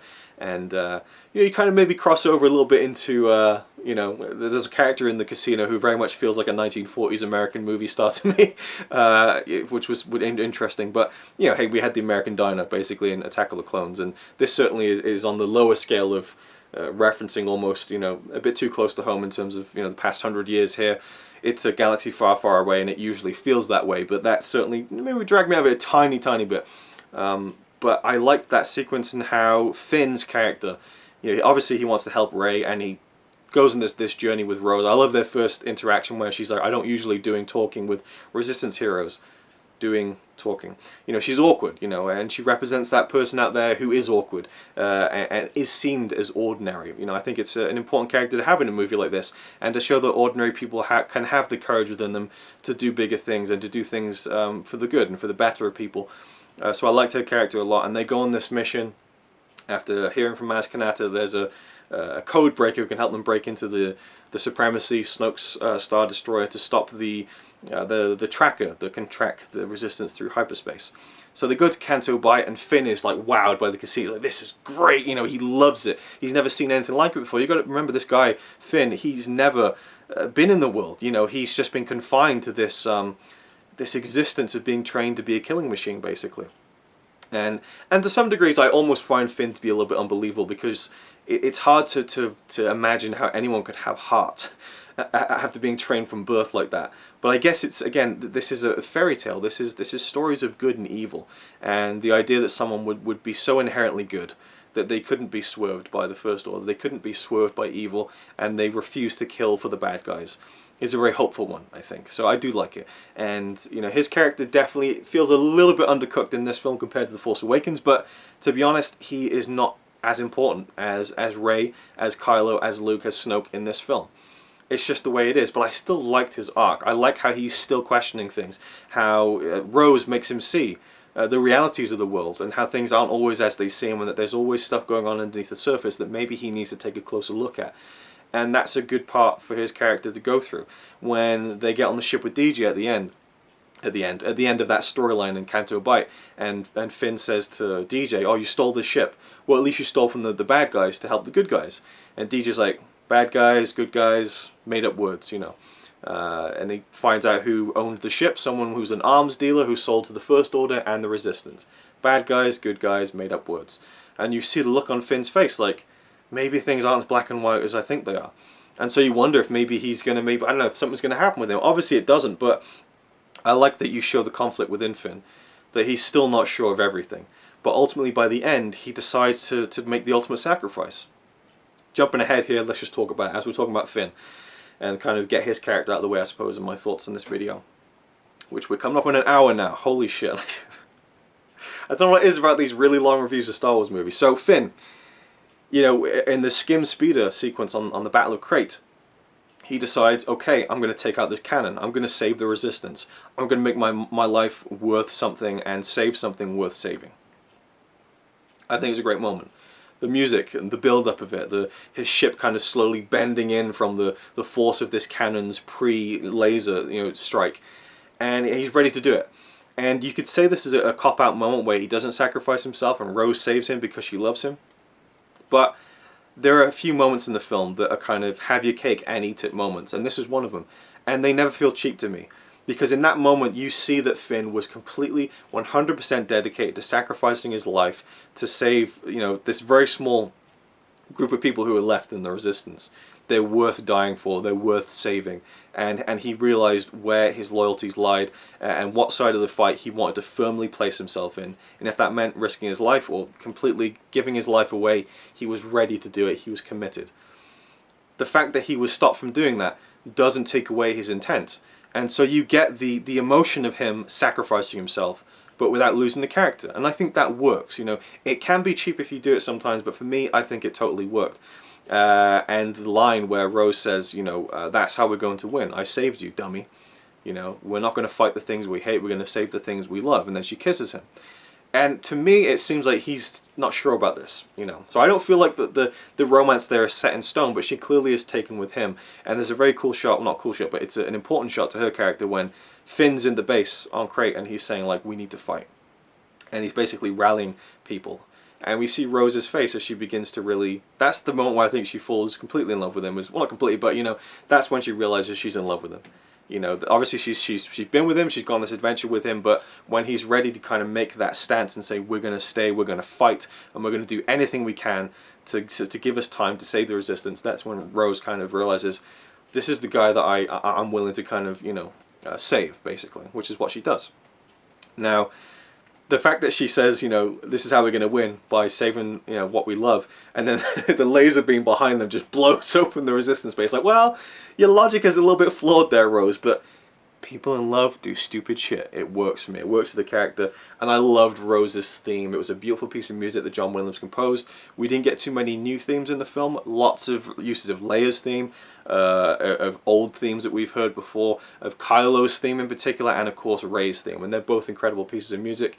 And so I love all that incorporation, but also there's great new stuff as well, but particularly Rose's theme, which I'm going to call Rose's theme because it was mainly used in her, well, it was always used in her scene, so to me it is Rose's theme. And I thought it was a great piece of music and appropriate to the character too. Now, where do I go from here? We'll go back to Rey, I guess. What I liked about Rey in the film was that she was hopeful. She was innocent, and from the trailers, from the fact this is the second one, I just felt that it was going to be this dark, dreary kind of take on everything. The trailers make it out to look like a complete, just serious movie, no humor whatsoever. And there's a lot of it, so the trailer's really selling it to be something different, but I don't mind that at all. But Rey, I just felt like she would be racked with conflict throughout, and she is, but she still retains this this spark, and the word spark is used throughout the film so many times, even in the crawl, but she retains it. And she goes through a lot of stuff, but she still has that hopefulness to her that I find so endearing as a character. She's the Luke of the trilogy. She's that kind of hopeful upstart. It's the hero's journey, pure and simple. And people say, oh, she doesn't have any flaws. She does. She does make wrong moves at times. She's seduced by the darkness because she's so obsessed with finding out about her parents. She can't move past it. She's too emotional at times. She lets her feelings of wanting to save Kylo override the logic that he probably isn't going to turn. And she goes and, basically that whole stuff that she does in Snoke's throne room, that's just wasting time when you think about it, on what happened ultimately. But she, that you could say it's a flaw that she's too trusting, or you could not. I don't mind. I don't care if she's a perfect character who puts every foot right, but to me she isn't, But again, it's a fairy tale, the hero's journey. And I think Daisy Ridley's great. I really do. She's even better here than she was in The Force Awakens. There's one line where I thought she was really stiff, I'll be honest. It's when she goes, Master Skywalker, Kylo Ren has turned to the dark side, and that's why, that just felt like, do another reading of that. I don't know. That's just one nitpick, I suppose. I do have nitpicks, don't get me wrong, as much as I love the film. So, what I liked about her character was that the innocence was still retained. There's a fantastic, it's this little beat, you know, and it reminded me of the scene when she's eating in The Force Awakens, and it just got to me. I was like, I don't know, there's something about it, you know, there's just a hopeful kind of spark to it. It's when she's underneath a falcon and it's raining, and she kind of puts her hand out to get the rain. She's kind of just laughing, like, oh, that's cool, because she's never really seen rain before on a desert planet, and so I loved how her character kept that. But also we see that she begins to have these, what people are calling Force Skype calls between her and Kylo Ren. There's a vision.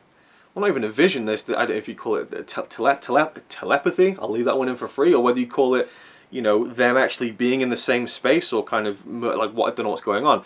Kylo says, you know, I can't see your surroundings, just you.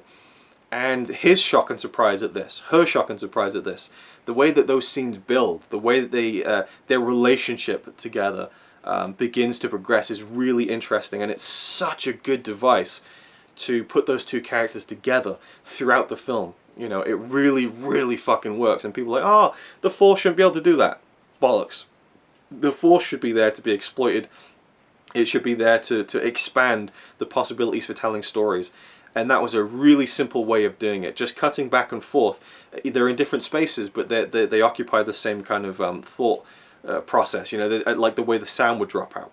You know, like when she's walking across and the sound drops and she's like, I'd rather not do this right now. And there's the topless scene with Kylo Ren, where you see that, who looks admittedly like a pretty gangly guy, is pretty actually jacked up. He was in the military, I think, Adam Driver, and that was kind of surprising. Oh, he actually has a pretty decent body there, which to me spoke to how, you know, he does have this physical strength too, as well as the, you know, the strength in the dark side. But you can look into that as maybe him kind of asserting some sort of dominance, or, you know, a sexual tension, which some people have talked about. I can see where they're coming from, but I don't think that's where that's going. I think he probably feels something for her in that way, because she's someone who he has formed this connection with, and he's not sure why it's happened. We later learn that Snoke did this. I don't know if it's completely Snoke, you know, because he's saying, you know, why is this is something new, this is a connection. I don't know what it is. And they explore that together in a way that's antagonistic, and she calls him a monster and everything. She tells him everything that she's feeling about him. Why did you kill your father? All that stuff. And he gives her answers and he doesn't give her answers. And by the end of those sequences, you know, they're almost friends. You know, she said, I've never felt this alone. And he's like, me too. You know, and she's like, well, you're not. You know, they're sat there in that scene in the hut, and it's almost like they're beginning to form this bond, this trust with each other. And it's just so intriguing, because they're such great actors that they play off it so well. And Adam Driver's performance is unbelievable in the film. He is just absolutely incredible. You know, to me, this is one of the best villains ever. You know, he is a better villain than Darth Vader. Vader is cool. Vader is iconic. And Vader is very interesting in Return of the Jedi and the end of Empire Strikes Back. But Kylo Ren has so much more that I get drawn into. His every word, his every inflection, his every physical action. The scene when he crashes his mask into the elevator and he says, prepare my ship, and he storms past these First Order troopers. Just look at the back of Adam Driver. The way he's walking, there is this physical presence that he has and brings to the character. It's not just the voice, it's not just the words that he says, you know, and the way that he says them. It's the way he holds himself, the way he walks, the way he moves, the way he holds his lightsaber. You know, the intent of his eyes. This is just an exceptional performance from every single aspect. To me, you know, as much hard as it is to say, I think he gives the best performance of the film, with Mark Hamill just coming right underneath that. So that dynamic between Rey and Kylo is great. And would it be better if they were, you know, connected by family, by blood? I think it would. But I'm certainly, even though I've always been the Rey is Luke's daughter thing, I'm not beholden to that. You know, same as people feel too beholden to the original trilogy. You know, I'm willing to go on whatever journey you're going to take me on. And if it makes sense, it makes sense. And to me, it makes sense that Rey's a nobody. It adds a complexity to her character where she isn't destined because of her blood. She's destined because she is born to be this hero. Now, whether her parents were really nobodies and kind of, you know, drunks on Jakku, whether they were the people who looked after her real parents dropped her off, and maybe she is Luke's daughter or something else. I don't know.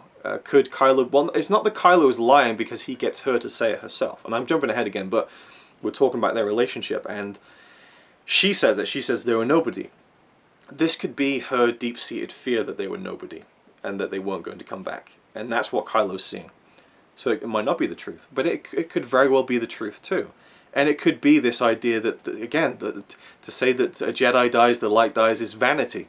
You know, to say that, you know, only a Jedi can be this kind of person. To say that only someone of a bloodline can be this powerful in the Force. I mean, look at Anakin. He came from nothing. Maybe that's Rey. I'm not saying that she's, to kind of go along with the popular fan theory, that she is literally Anakin's reincarnation, but just the idea that it's always been within her, and it was born with her, and that's where it goes, and there's no other history to it. To me, in The Force Awakens, it's heavily pointing to it being from somewhere. Why the hell would Obi-Wan call out to this girl who has nothing to do with the Skywalker story, and she sees the vision of Kylo, a Skywalker, Vader, a Skywalker, Luke, a Skywalker? Like, it just doesn't make that much sense. So I really don't know where J.J. Abrams, Rian Johnson, and J.J. Abrams fits into this thing as far as telling a whole story. It's like, you know, writing the first act of a book, giving it to someone else to do the middle, and then you do the end. You know, it really does feel like, from everything we've read from interviews from J.J. and Rian, J.J. did 7, that was it. Rian wrote 8, that's it. And now we have 9, and so J.J. Abrams apparently this morning pitched the story of Episode 9 to Disney, Disney's Bob Iger. So, I don't know. I don't know where they're going to go with 9, and it's highly possible that they pull another switch. I mean, if they don't pull a switch on Rey's parentage in Episode 9, I can't see what the big twist is going to be. Now, does the film need a big twist? No, it doesn't. But, you know, you follow the theme of these things, and there's usually something. So, I don't know where they're going with it. To me, if she is a nobody and that is it, I don't mind it. I really don't. I like the idea of her just being destined for greatness. You know, people say, well, how did she have so powerful in the Force and she's not a Skywalker? Because she just is. Because that's the story. Yeah, and that it can be anyone. And how exciting is that, you know? And how much more promise is there in that you don't have to be born into greatness, that it can just sometimes be there. And obviously I'm not talking literally, but, you know, in the realms of this sci-fi fantasy story. So the Kylo and Rey relationship, I think, is really interesting. It's the most captivating thing about the film, and will no doubt be the selling point of Episode 9, is that eventual showdown between those two characters, and I cannot wait for that. And again, I just think Adam Driver was absolutely stunning in the film. Daisy Ridley is, you know, a notch below, but that's purely because he's just firing on all cylinders. This is just an amazing performance, but she's great too. And I love the scene. I mean, should we just get into the whole Snoke stuff? I mean, I guess we've come that far. Well, no, I guess one thing I should say is that when Rey and Luke are kind of, you know, going back and forth, and we'll get into the backstory of Luke and Ben. So the first time Rey hears about it, Luke says that, you know, I went to confront Ben. I could sense the darkness growing within him, and he, you know, he confronted me back basically, and thought I was dead, you know, and then he killed all the people in the temple and left with a few of my students, who I can only assume were then the Knights of Ren, who we've heard nothing about since. So, I don't know, the line in The Force Awakens, even you, master of the Knights of Ren. Who are the Knights of Ren? Will we see in Episode 9? I don't know. It's a JJ film, so we could do. I'd like to get some resolution on that, because I feel like it's a thread that needs to be tied up somehow. So Luke's version of the story to begin with is, I confronted Ben over his darkness and he attacked me. Then Kylo says, did he tell you? And she's like, yeah. And he's like, no he didn't. So he tells her his version, which I feel to Kylo is the absolute truth, where he leans over when he's asleep and there's Luke standing over him with his lightsaber, a wild look in his eyes, about to kill him. So he grabs his own lightsaber and he fights, and, you know, the big explosion of the hut happens. And, you know, Rey's like, you're lying, you know. And then she forms that connection with Kylo, and they touch hands, which people are saying is a symbolism for them having sex, which I think is a bit ridiculous. But I mean, there is that tension there, you know. But also, I feel like it's more of just this connection. These two people, you know, who have never really felt much of a meaningful relationship to anyone. She's had Finn, and obviously Kylo had Luke and his mother and his father, and perhaps, you know, friendship with the Knights of Ren. I don't know, but at this point in their lives, you know, there's nothing really, you know, Luke is there, but he's very standoffish with Rey. But this is someone who, they share this connection, something they both never felt before. And she can feel the conflict within him. She can feel his promise in the light side of the Force. And he can feel her promise in the dark side of the Force. And so there's this great dichotomy of these two characters. When they touch hands, they both see something. She sees goodness in his future, solid and clear, as she says. And he sees a potential perhaps for her to turn to the dark side. So he wants her to come with him, because then, you know, he could have someone. You know, he could have someone to care about, and someone to, you know, be with him at his side, who was his equal in power. and rule the galaxy together, you know. But she wants him to come back to the light side because she recognizes the power within him, but also the conflict within him. That he isn't this stone-cold killer, but that he is still racked with emotion and conflict with everything that he's done. And then Luke comes in and finds them, and I love that because that's just after Luke has kind of reconnected with the Force and realized that Leia is in trouble. And he just puts his hand out and says, "Stop," and the whole roof of the hut just blows, like badass moment, you know. Then she gets up and she's like, "Is it true? Did you create Kylo Ren? Did you try and kill him?" And he's just like, "Yeah, leave this island," you know. So she hits him with a pole, and he turns around and then he force pulls this thing like an antenna or something, and they start fighting. And that was awesome to see Luke and Rey have a little duel, and he kind of is, you know, he's deflecting her, but he's kind of moving out of the way. It was really cool the way they did it. And then she actually pulls the lightsaber to her hand, and he falls over. Another little touch where he kind of uses the Force to kind of shield his body from hitting the steps. And so he's kind of levitating for a minute. And then he gently lets himself down. And that's when he says, "This isn't going to go the way you think." And this is when she says, you know, "Is it true? Tell me." So he tells her the truth. That he was concerned about the darkness within Kylo. And he reached out to him when he was asleep, and he saw untold horror. He saw the future of his darkness. He saw that Snoke had already won over Kylo's heart and brought him to the dark side, and the destruction of everything that he loved. And for the briefest moment, he turned on his lightsaber and thought he could stop it. But it passed in a fleeting moment. Of course, he was never going to do this. And another thing I've seen is people saying, "I can't believe they ruined Luke's character because he was going to murder his nephew." He was never going to murder Ben. He had the fleeting feeling that he could stop it by doing that. But of course, as soon as he turned that lightsaber on, he realized this would mean killing my nephew, and he could never do that. He could never do it. You know, it stayed true to his character, but it also, I mean, it's, you know, everyone has flaws, right? Or Rey doesn't, but, you know, and Luke has them too. But I liked that. It felt human to me, you know, to see the death and the destruction of everything you loved flash in front of your eyes. And I could stop it just by causing this person to cease to be. I'm going to do it. But I can't do it. Of course I can't. But when Ben turns around and he sees Luke standing over him, there's only one thing that he thinks. And that's what Luke says. That's the last thing I saw was the eyes of a frightened boy. It's the ultimate tragedy, you know, is that perhaps Ben wouldn't have turned to the dark side. Perhaps he wouldn't have gone to the depths that he did. But he saw his master, his uncle, his blood, ready to kill him. And that is obviously, to me, the catalyst that created Kylo Ren. That's the ultimate kind of tragedy. It's heartbreaking, you know, and there's no coming back from it. And then there ultimately wasn't. I love how there wasn't really this resolution with Luke and Kylo, though. We still have episode 9, I'll get to that in a little bit. And Jesus Christ, almost an hour and 15 minutes, I still don't feel like I've gotten into the biggest stuff, right? But I love all that backstory stuff, and Rey decides, right, that's it, I'm leaving, I'm going to go, and I love that line as well, then Kylo is our only hope, if you're not going to do this. So she leaves. And then we get Luke's wake-up call. And this was, I mean, okay, dozens of times in my life I have welled up with emotion. Tears have filled my eyes in the cinema watching all sorts of films. But a tear has never rolled down my cheek, ever, until this film. The first time I watched it only.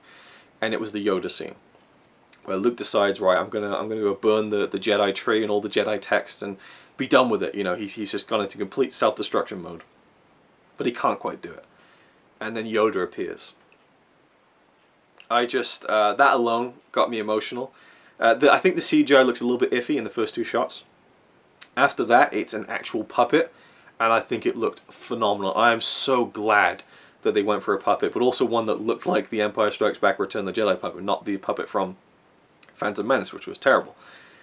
And, you know, not only was it just seeing my 2 favorite characters from my favorite movie ever in a new scene together, in a new movie that I'd never seen before, but it was a great scene, you know, where Yoda was mischievous, like we hadn't seen him since Empire Strikes Back, where he was having fun like we'd never seen him since Empire Strikes Back, but also where he was there to teach Luke yet another lesson, and to make him realize that failure is the greatest lesson of all, you know. Pass on what you have learned. Strength, mastery, but folly, failure. Failure is the greatest of all lessons, you know.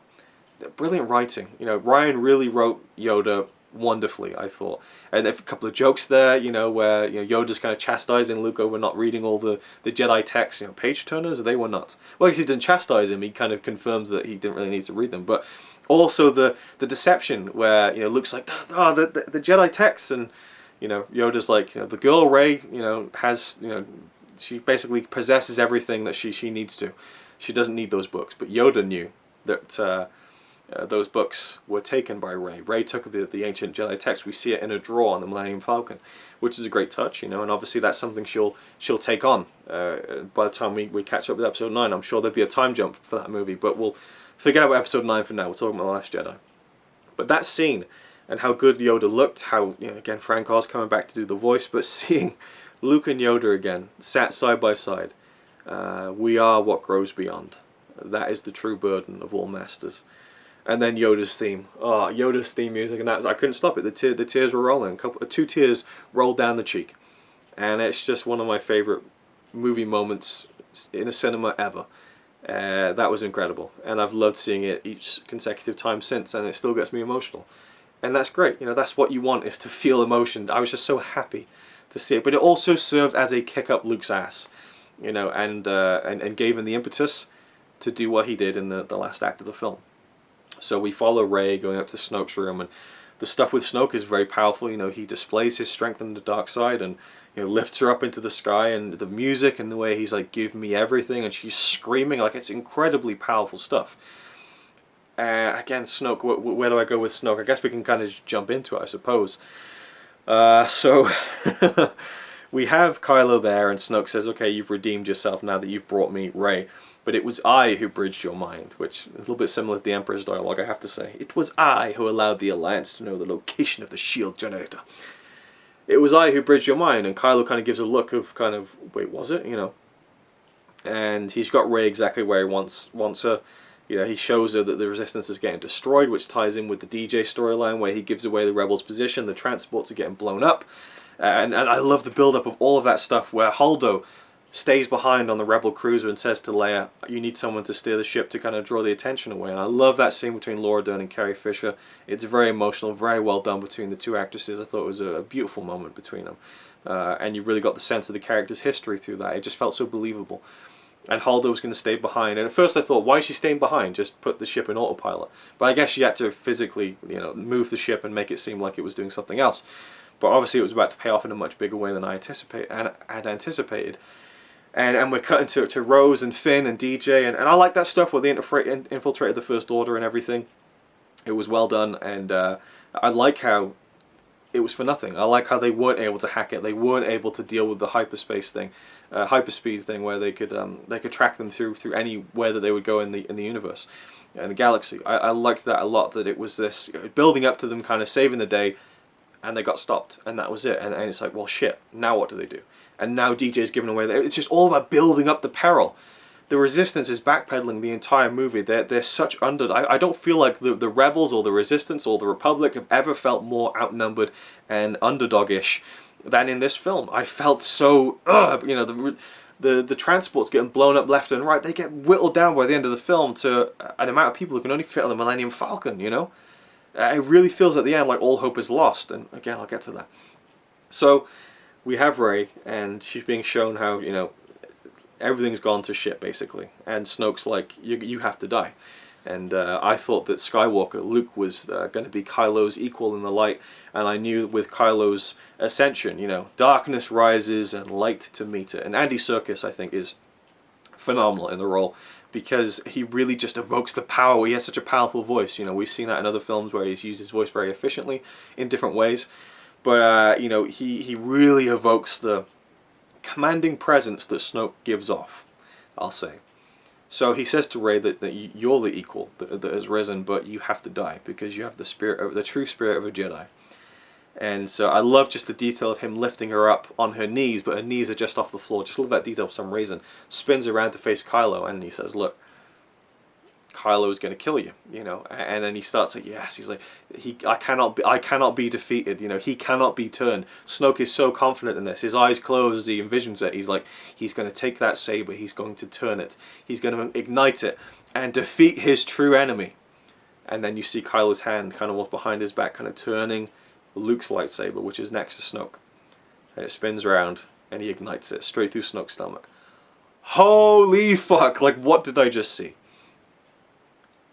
no one was expecting that. Maybe as it was building up, but no one would have predicted that Supreme Leader Snoke would have bit the dust in this film. He's positioned to be the Emperor. He's positioned to be the big bad.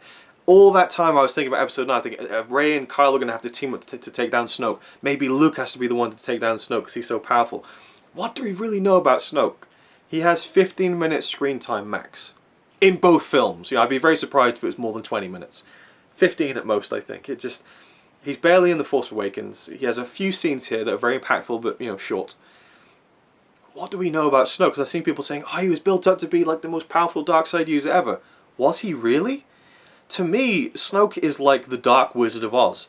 Especially that scene at the beginning where his big head kind of is hologrammed into the bridge of the Star Destroyer to kind of chastise Hux. He is, to me, the Great Pretender. And, people talk about, oh, I can't believe the First Order have created another Death Star. Why would they do that? Well, it's the ego of the bad guy. It's the ego of evil where they want to do it bigger and better than the evil people who were there before. Kylo is trying to model himself off Vader, and I feel like Snoke was trying to model himself off the Emperor. Clearly this guy's been around a long time. He's seen the rise of the Empire. We've heard this from the people who are writing these films, that Snoke has been around for a very long time.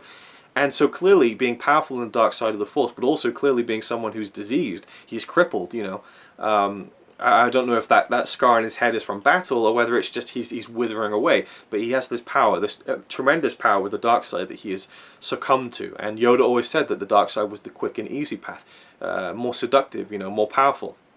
So clearly Snoke has risen to power through probably political means, with the First Order and providing this again, the resources of the First Order seem just almost immeasurable, just unending, which makes the fight against the Resistance feel all the more hopeless, which I think is great.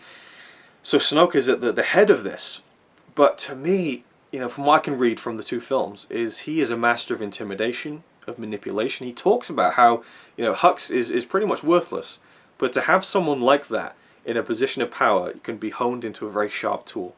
Snoke is a master manipulator. But is he as powerful as the Emperor? I don't think he is, because he couldn't see Kylo's true intent. He says, I see his every intent, but he didn't. Now, Connie raised a very interesting point to me. She's like, well, no, Kylo was merely thinking about turning a lightsaber and killing his enemy. He just wasn't thinking about who it was, so he tricked Snoke. That's a very good way of thinking it. But to me, the idea that Snoke got killed at this point in the film kind of means that he wasn't really everything he was cracked up to be, And he modeled himself off the Emperor, He had the throne room. He had the observation window. He'd obviously heard these stories. I mean, I'm sure Luke must have told people this is what happened with Darth Vader and the Emperor when it all went down, and that my father redeemed himself. He must have told the story. The story becomes legend. The legend leaks out, and Snoke hears about this. Okay, I want a throne room. I want an observation window. I want to show the people below me, like, what's happening to their people who die. Like, people say, oh, it's just like the Emperor, it's derivative. But it makes sense for someone who's evil to want to be the next one. And what does Snoke do? He kind of grooms Kylo to be the next Vader. He says as much in the film. I thought I could be the master of a new Vader. And he's doing what he's kind of molding Kylo in what he's doing himself. He's trying to be the next Emperor 2.0. He wasn't concerned with being the first Snoke, and he wasn't concerned with Kylo being the first Kylo, but being the next Vader. So romanticizing the idea of the Empire, I think, is a part of that with Snoke, and also the theatricality, the vanity of himself. He's got this elaborate golden robe, which I loved. It wasn't the classic black, which would have worked fine, but it was different, And he couldn't see what was going on in front of his face. He thought that Kylo had, what was he said, like, where I first saw weakness, I now see resolve.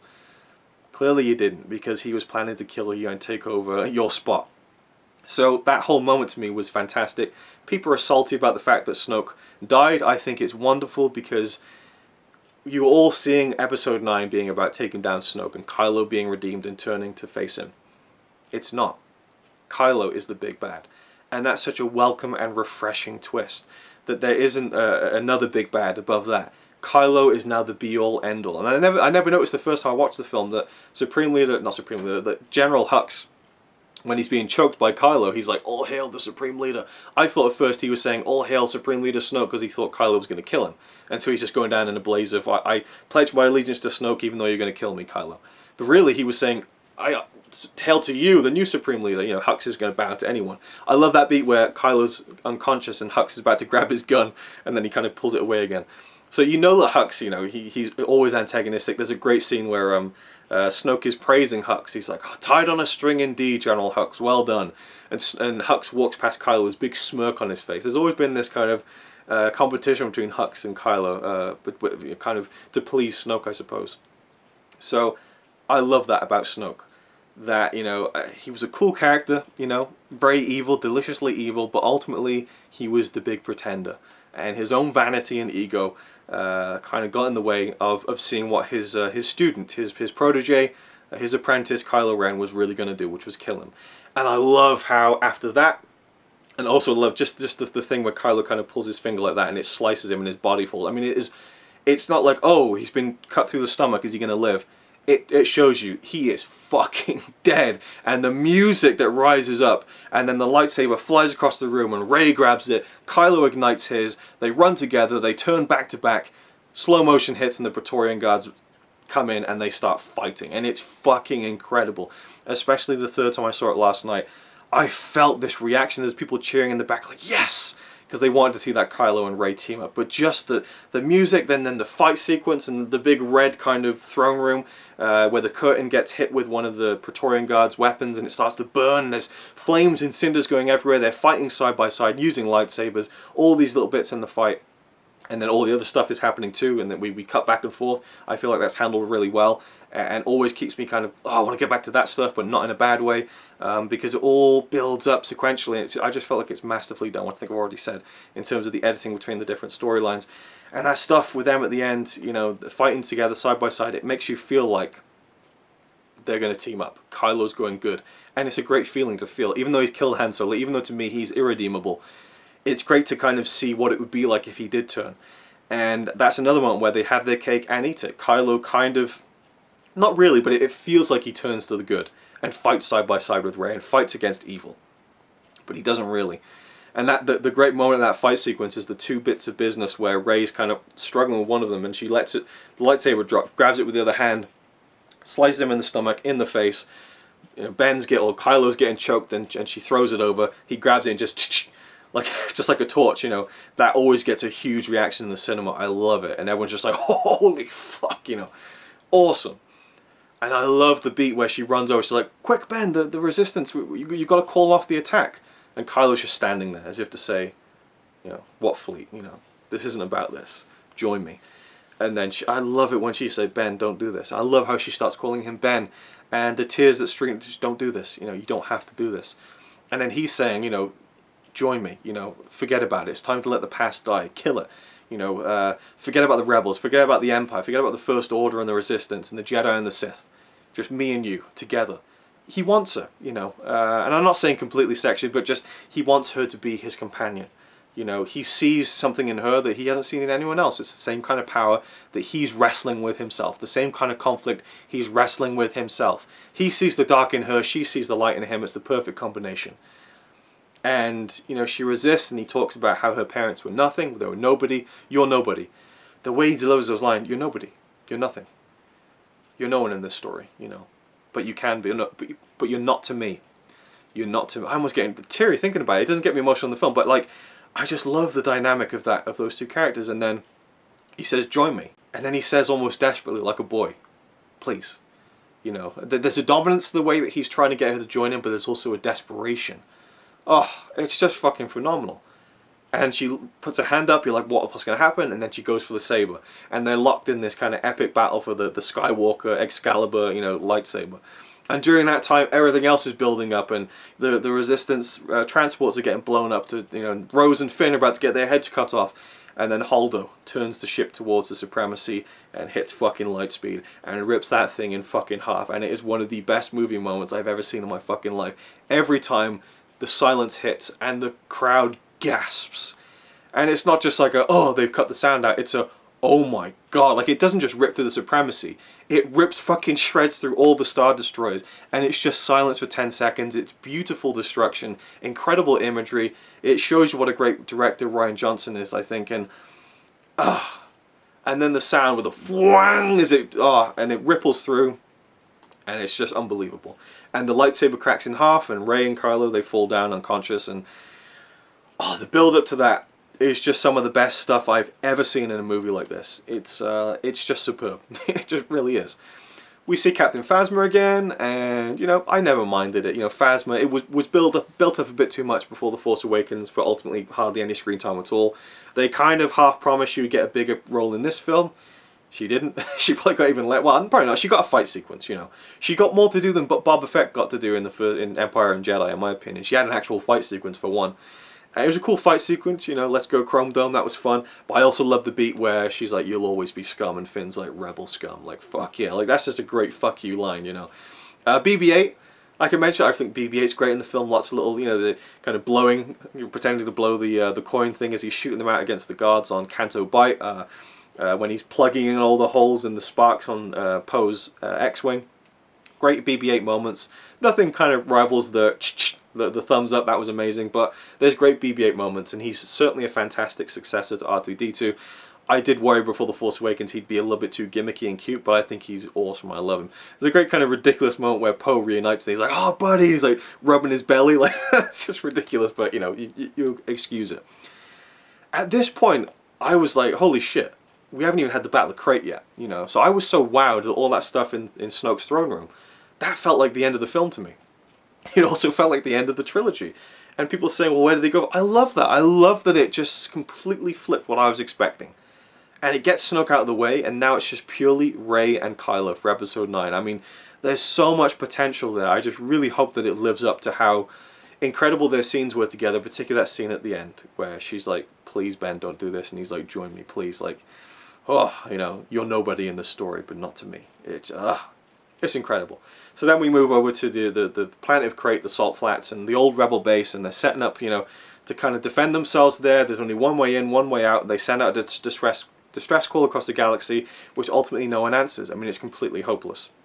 And that whole sequence with the walkers, with the skim speeders flying across the salt flats and the red salt being ripped up into dust, and just the imagery, the use of red in the film is very specific. I mean, in the marketing, the build-up, all that stuff, red is very much a dominant color.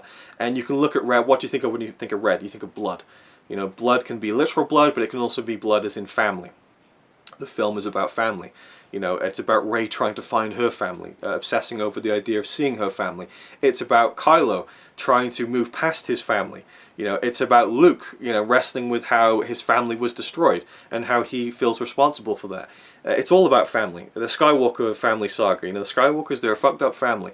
And red, blood, the Praetorian Guards, bright red, Snoke's throne room, bright red, and then the idea of the red being revealed on the Salt Flats is just a beautiful idea, because by the end of the battle, it looks like that battlefield is drenched in blood, when it's just salt, but it's a wonderful image, I think, and I just love the use of red in the film as a symbol, and there's some great moments of symbolism in the film, particularly towards the end. Now, Battle of Crait with the skim speeders, I love how they were. It felt realistic. An old Rebel base, so it's obviously 30 plus years old. The skim speeders are falling apart. Poe's foot goes through one of the. I love that about it too, and it still felt hopeless, but they were still fighting. And I love how in Poe's arc, he decides to pull back. We're not going to win. Let's retreat. So Poe saves lives because of what he learned through Holdo's basically lesson, which he wasn't really trying to teach him, but by standing for what she believed in, he stood up for what he believed in. But in her sacrifice, ultimately they end up, some of them surviving. So he learns from that. Poe. I heard someone say that the film doesn't have any arcs for the heroes. What? Poe has an incredible arc. Finn has a good arc. It's a bit undercooked, like I said. Rey has an arc. Luke has an arc. They all have these great arcs. I think. I feel like it all just pays off so well. And everyone has really gone through something by the end. I guess it maybe doesn't feel like it, but to me it does. So, Battle of Crait, all hope is lost. We have the Rose, I'll leave that one in as well. A Rose and Finn thing, which I already talked about, so we'll leave that there. And because Finn doesn't sacrifice himself, the battering ram cannon or something, it fires the laser to the Resistance door or the Rebel door, and it blasts open, and all hope is lost. Their call has not been answered, and Leia says, "Well, that's it. We tried. We fought till the end, but now the spark has been put out." And they talk about that, the spark that is going to inspire the Resistance, the spark that is going to, bring the First Order down. And Leia is obviously talking about this spark a lot. I loved how when her and Holdo had that conversation, and they're about to say, "May the Force be with you," they say it at the same time, and Leia's like, "Yeah, well, God knows I've said it enough." So it's, I like that it basically shows you how much Leia holds the Force in reverence still. That was nice to me, just as an aside. And then we have Luke coming back. My first thoughts, oh, he cut his hair. That makes sense. So he had time to dye his beard? I don't like that. That's a shame. Anyway, moving on. So he appears on Crait. And we get a shot. We get a shot on Acto of Rey looking down and seeing Luke's X-Wing under the water, abandoned. And so you think that at one point he's going to lift it up, right? Or by the time you get to the Battle of Crait, you think, oh, he's going to come in the X-Wing. That'd be amazing. You'll save the day. Oh, no, do you know what? I haven't got to the best part of the Battle of Crait is when the Falcon comes in. Because the first thing you see is the shadow of the Falcon flying in. I think we see TIE fighters get blown up first. The Falcon fly, and the music, man, like I've been saying, is so good. But there's a particular piece called the Battle of Crait, which covers all of that, and it is this masterpiece medley that juggles all the, like, Kylo's theme, Rose's theme, Rey's theme, the Millennium Falcon theme, the Resistance theme. All these different themes come together with new pieces of music that drive forward this big end of the movie battle. I thought it was amazing, the music. But the Falcon comes in, and I love how Rey was there blowing up these TIE fighters, and she was like ecstatic about it, like, this is fun. Like, I just loved how Rey didn't lose that hopefulness. Like, I keep going back to that word, but I felt that even maybe by the end of the film she'd be a bit more crestfallen about everything that's happened, that she couldn't bring Ben back. But she was still ready to fight. She was still ready to help the Resistance, and she had this hopefulness to her. And her resolve hadn't been broken. Her spirit hadn't been broken, and I love that, and I was not expecting it. And when the Falcon flies through the crystal caves and the fucking asteroid shit, I almost cry every time that happens. I don't know what it is. It's just such a fucking rousing moment. And you got the Porgs in there, little bits of comedic business. That works, I think, in that scene. Chewie flying the Falcon, Rey at the gunner position, the old theme from Empire Strikes Back, and flying through these crystal caves, TIE fighters coming in, just beautiful. That scene's just amazing. And then they play Rey's theme when the Falcon's flying over and she's shooting. It gives everyone their moment. Rose's theme when she's there, and it's just such a wonderful culmination of all the storylines, and then the musical thematic devices tied to the characters, and even a ship, Millennium Falcon. I loved it. So Luke coming in to see Leia, and that whole scene is Mark Hamill said he can't watch that because he's still quite raw from Carrie's death. They were very close, almost like brother and sister, really. Forget the movie, real life, and the scene is a rough one in terms of knowing that Carrie's dead. Even without that, it's a very touching scene because we get to see Luke and Leia again. I love those characters and their connection together, and it's so beautifully done. Where she's like, Luke, and she's like, I know what you're gonna say. I changed my hair. And he's like, oh, it looks nice like that. I mean, it didn't break me as much as I thought it would. Admittedly, nothing made me cry more than the Yoda scene, bizarrely, but it was so emotional every time. And the line again where, he says, I've come back to face him, Leia, but I can't save him. And she's like, it's okay, I know that my son's gone. He says, no one's ever really gone. And that just, I could go on a whole tangent about that because I feel that in real life. I feel like no one is ever really gone.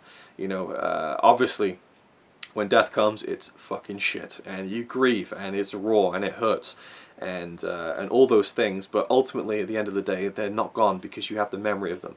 The essence of them is still there. As long as you're around, your memories of them are still around. They still live on inside your head in that wonderful thing we have called memory. And so I always love when films touch on that. And again, no one's ever really gone. It's biting, kind of slicing, raw emotion stuff. Wonderfully performed by both of them. And it's so sad that it's the last thing they did together, and that we'd never see them again. And then he hands Leia the dice. Hands dice from the Millennium Falcon that he picks up near the beginning of the film. Now, to me, that was him kind of saying, I'm sorry about Han, But apparently, she gives him a look when she gets the dice. And from an interview I've read, Mark Hamill says that's when Leia realizes Luke isn't really there. That's him telling her, without saying it, that he's not really there. And she realizes it. And I'm glad that that is part of it, because I did wonder, did she really know? I felt like she had to feel it, especially at the end of the film when she realizes that he's dead, and she's like, yeah, I felt it too. Wouldn't she find it a bit weird that he's not there? Like, what happened to him? Why did he fade away? So, I like that. I need to watch for that the next time. I love how he gave 3PO just a wink, just a nice little reference there to their beginnings together and everything and whatnot. So, Luke walks out. And I just thought throughout the film, man, there's so many money shots that they saved from the trailers. I'm so glad that they did. Apparently Rian Johnson had a list of things not to use in the trailers and build up and marketing material, which I'm glad that was that was in place. Especially when we saw that shot in the TV spot of Rey pulling Kylo's lightsaber. I thought, what are they doing? That looks like the end of the film, but of course it wasn't. So, you know, the things you learn when you watch the film. Luke walks out. And again, the foreshadowing, what you think, I'm going to walk out with a laser sword and take on the whole First Order. And I watched the trailer again the other day, and it's funny because the second shot of the last trailer is the walkers stopping on the battlefield, and that's just as Luke is walking out. Can you imagine if one of those trailer analysis videos, someone was like, okay, so in this shot we have the walker stopping, which is probably because Luke Skywalker's in the middle of the battlefield ready to take on the whole First Order. Like, obviously he's not going to take them on, but you just would never have predicted that. And I was like, what is going to happen? And Kylo is incensed. He's in his ship that we saw in The Force Awakens, the kind of the big winged one. His, I guess his transport ship, not his TIE Silencer, which is badass, by the way. I loved his TIE Fighter. I've been playing as it a lot in the video game Battlefront 2, so I liked it even more, I guess. But we see Kylo in his big command ship, his transport ship, and he's like, fire on that man. So they fire. And the way that it, again, because of the red, and it just, it's almost like it's just, he's just been completely obliterated into just red matter, which would happen if you got blown up like that. And it's like, holy shit, did that really happen? And then he's like, fire again, fire more, and they did just go mental. Again, the battlefield's strewn with red. That's when I knew he's just going to walk out of that. And he does, and it's a movie moment. And just when he looks just stoically and just goes, like it's not a, it's just this purposeful just, fuck you, you know. And so Kylo is just enraged and he goes down, take me down to him. So he goes down, and then Poe realizes that, okay, he's stalling, we need to find a way out. So they go and they follow the crystal foxes, which are really cool. I like the look of those a lot. And they get to the rocks, and then Rey is there to kind of move the rocks away. As this is happening, Luke and Kylo face off on the battlefield. Just seeing that, I just never expected this would happen in this film. And he's got his lightsaber. He ignites the blue one, and I love the way the dialogue plays into it. And Kylo's like, "Are you here to save my soul?" And he's like, "No," you know. And then they go at it. Was never expecting it. I never even noticed the first time around. They never connected blades. And of course, I would have loved it if they had an epic lightsaber battle, back and forth, clashing the lightsabers, all this choreography and stuff. But the actual action was very minimal. It felt very samurai-like to me. And the old samurai movies where it's more about, and it felt like a Zatoichi movie, if you've seen any of those, where it's you know, it's a build-up. And it's a quick sequence of moves, and that's it, you know. And it's more about the story. And I said this in I vlogged watching all of the films, episode 1, 2, 3, 4, 5, 6, and 7, throughout the 4 days leading up to the release of The Last Jedi. And I said that I love the prequel lightsaber duels that are so well choreographed. You know, just brilliant, lightning fast sword duel and stuff. It's great. But I prefer the style of the original trilogy where Luke and Vader, you know, it's you know, slow, methodical, but there's meaning there, there's intent, there's theatricality of their surrounding, and the way that it's lit, the way that it looks, the epic scope of it, but also, you know, the environment, the surroundings and everything. And this one was very different, just on a battlefield, you know, with all these walkers around and stuff. We've never seen anything like that in a Star Wars movie. It's usually more confined to you know, a walkway or something, or inside this, like a throne room or something like that, you know. That's usually where all of these duels take place. This was open on a battlefield. We hadn't seen that before. And, you know, I just wasn't sure where it was going to go. And the fact, and that shot where Kylo goes to strike Luke and he kind of bends down Matrix style and it's slow motion across, he just misses him. Another thing I read, people saying, oh, why is there slow motion in Star Wars? What? I mean, for one, there's slow motion when Luke meets Vader in the cave in the Empire Strikes Back vision scene, but is there a problem with slow motion in the Star Wars film? I thought it was great. And then he spins around on his one foot. I'm like, holy shit. Like, I've got a recording of the audio of the first time I went to see it to get the audience reaction. You hear me go, oh, yeah, when he does that little spin around on his foot. But also how Luke is saying to him, like, you know, because Kylo's like, you know, I'm going to kill you. I'm going to kill her. All of it. And Luke's like, no. Oh, he says, amazing. Every word of what you just said is wrong.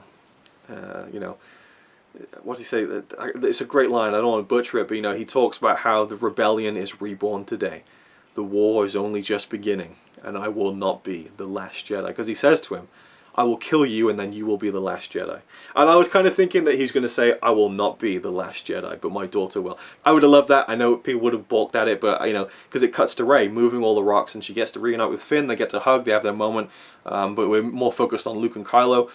And, you know, then he says, he extinguishes his lightsaber, he's like, I failed you, I'm sorry, but if you strike me down in anger, you know, I will be with you forever. A little similar to the Obi-Wan line, but, you know, it is what it is.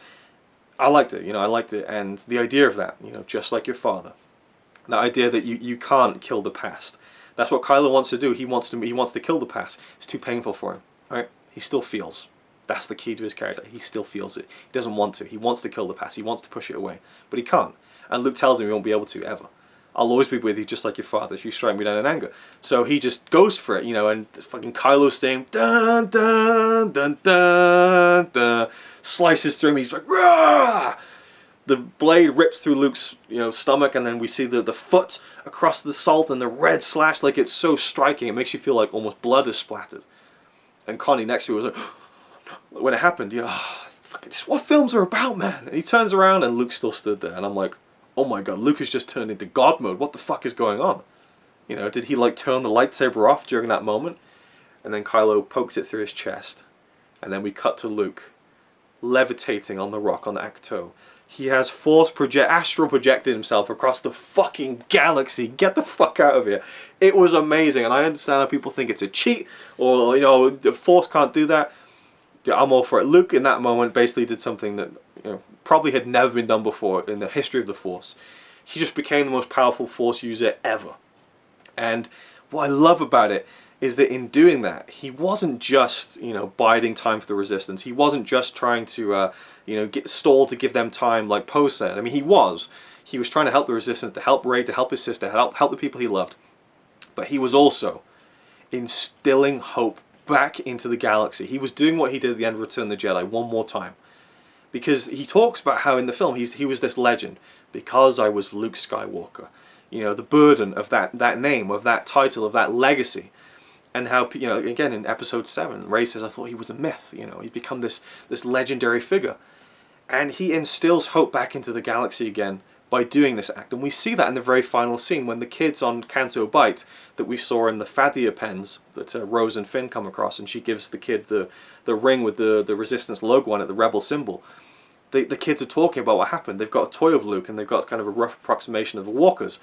Luke Skywalker, Jedi Knight. They're talking about the story that the word has spread around the galaxy, that Luke Skywalker came back, and he stood on the battlefield in front of the First Order, and just, you know, stood there as they fired at him, and he walked through it, and he fought face down against Kylo Ren, and then, you know, just wasn't taken down basically.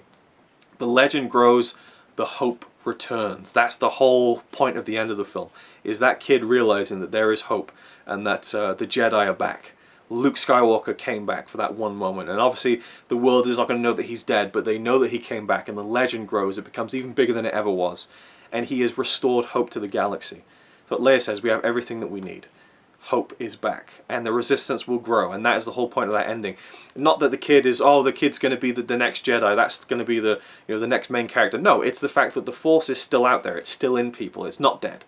It never will be, you know, and that symbol of hope, that Resistance symbol is always going to be there, and what Luke did, it saved the Resistance, but it also saved the hope that clearly was so drastically lost at that point in time, and this point in time in the story. That's what's so great about it. And then the line he says, see you around, kid, and disappears. Now, people wondering if Mark Hamill's going to be in episode 9, if Luke's going to be in episode 9. Number one, see you around, kid. He's going to haunt Kylo in some way, shape or form, and if he doesn't, then that's a huge misstep by JJ in my opinion. 2, I feel like there's still something he can say to Rey. And I don't think it should focus on Luke coming back as a Force ghost to talk to Rey, to guide her. Maybe in one scene to kind of push her in the right direction, just like Obi-Wan did in Return of the Jedi. Maybe reveal something that she didn't know, who knows. But also, I feel like mainly it should be Kylo.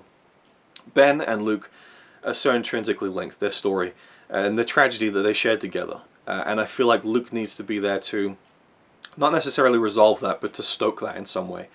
And whether we see Kylo turn to the light again, I feel like he is irredeemable at this point. He's gone full heel, you know, or full bad guy. And that's the other thing. That's the third moment of having your cake and eating it. Kylo Ren killed Luke Skywalker, but he didn't. He said, strike me down in anger and I'll always be with you. And Kylo did it anyway. You know, he was ready to kill Luke, just as he killed his own father. But this is a boy who thought his uncle was trying to kill him. You know, and it's just, it's the seed of all of that. You know, that's something I'm so interested in, is the history of violence and where it comes from, where the spark is. I mean, talk about the spark of hope that the whole film is about, but it's also about the spark of evil, the spark of darkness that is awoken in Kylo. Like it was building there from Snoke, who was kind of fostering it inside Ben's soul, but Luke ultimately, tragically, was the spark that created Kylo Ren, and that's again the biggest tragedy of all. And I think it's just so compelling as a story. So he has that moment, you know, see you around, kid, and everything, and Kylo, for all intents and purposes, was there, would have killed Luke, but he didn't. So again, we get to have that moment where Kylo's intent was there, and the action was there, you know, but he didn't actually have the satisfaction of doing it, and Luke was able to go out more on his own terms. And that, to me, you know, when he said "see you around, kid," I almost cheered, because I thought, oh my god, he's going to live, he's going to be in episode 9, this is amazing. Because when he walked on that battlefield, I thought, he's done, he's dead. And I hope it's done well. Because again, Luke's my favourite character. I didn't want to see him die, but I've said this in the build-up, I'm happy to see Luke die if it serves the story and it's meaningful and it's impactful. And it was everything to me that makes an impact in a story. Again, it was about instilling this hope in the galaxy, which is so important to the future of the story, I think, because the Resistance is nothing by the end of the film. It needs to grow again. It needs to be reborn. Like he said, the Rebellion is reborn today. I'd love it if in the episode 9 it's called the Rebellion again. That would be a cool little twist, nod to the original, whatever you want to call it. So, yeah, Luke sacrifices everything, and you know, you can debate whether he was so depleted by that. I mean, the scene at the beginning where Kylo says to Rey, when they have the first kind of Force interaction, he's like, "You're not doing this. The effort alone would kill you." You know, well, clearly doing all that from Luke took a lot out of him. I mean, his face is red, his sweat pouring down his face. He falls down. He's like, "Oh," you know. Now I don't know whether it was depleted and he just had to die, or whether he'd come to peace with the fact that. And I love how it didn't betray what had been built up with the character of everything he'd been through. If he had come back literally and done all that stuff that he did, awesome. That would have been, in a way, even better. But I think it's so much more poetic that he wasn't strong enough. He just wasn't strong enough to physically come back and do that. He couldn't face it. But he could try this crazy idea that just might work, and it did. And that was enough, at least. It did something, you know, and it did almost everything that it needed to do if he'd been there himself. It wasn't him trying to take a shortcut, it's that he didn't have the strength in him to fully do it. But he had the strength to try to do something, and that's what he did. And at the end, when he sits down, he looks at the sun, and then you get the twin sunset, and the theme that played when he looked out the twin sunset in A New Hope, and it just is absolutely fucking beautiful. Just the visual itself of him sitting there, his cape billowing in the wind with the twin suns, which aren't there on Acto. It's his last kind of thing that he sees, is the hope that born him on this journey to begin with. It was everything that he looked to as a child, as a young man, was these twin sunsets, the hope of the future, the hope of adventure, of everything. And that's the last thing he saw before he died. It's amazing. I think it's such a fucking incredible death scene. He fades away. And I was just so cool with it, you know, and I just never thought I'd be that cool with seeing Luke Skywalker die. But it was amazing. I thought it was fantastic, and that's the symbolism I'm talking about, is those twin sunsets, because I looked throughout the film the third time around, and there aren't two suns on that system. It was there purely as this symbol, and I think it worked just wonderfully. And then we have Leia reacting. Obviously, I'm glad that happened, but also Rey sensing it and saying to Leia, "Luke's gone," and Leia's like, "I know." But it wasn't in pain, it was with peace and with purpose. Wonderful. I'm just using all these words. I'm piling on the hyperbole as it is, but it's a film that deserves it. It's a film that did everything I could have possibly wanted it to do and more. It surprised me, it excited me, it made me laugh, it made me cry. It did all these things, and it did more of those things. You know, it destroyed me and it completed me. It was everything to me. This is one of my favourite films of all time. It has to be. Is it better than Force Awakens? Absolutely. And I love that film. You know, and to me it's a number 2 as far as the Star Wars films are concerned, and that's by a significant margin. You know, and it's almost completely up there with Empire. For me, what Empire has over The Last Jedi is the side story, which is Han and Leia.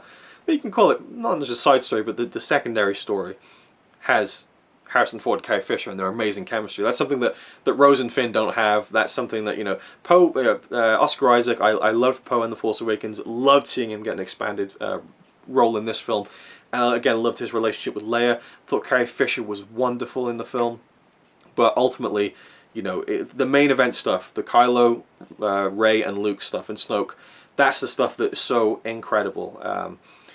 And I would say more gripping at times than some of the stuff in Empire. But Empire is always going to be my favorite because it has all those elements. It's just so perfect, you know.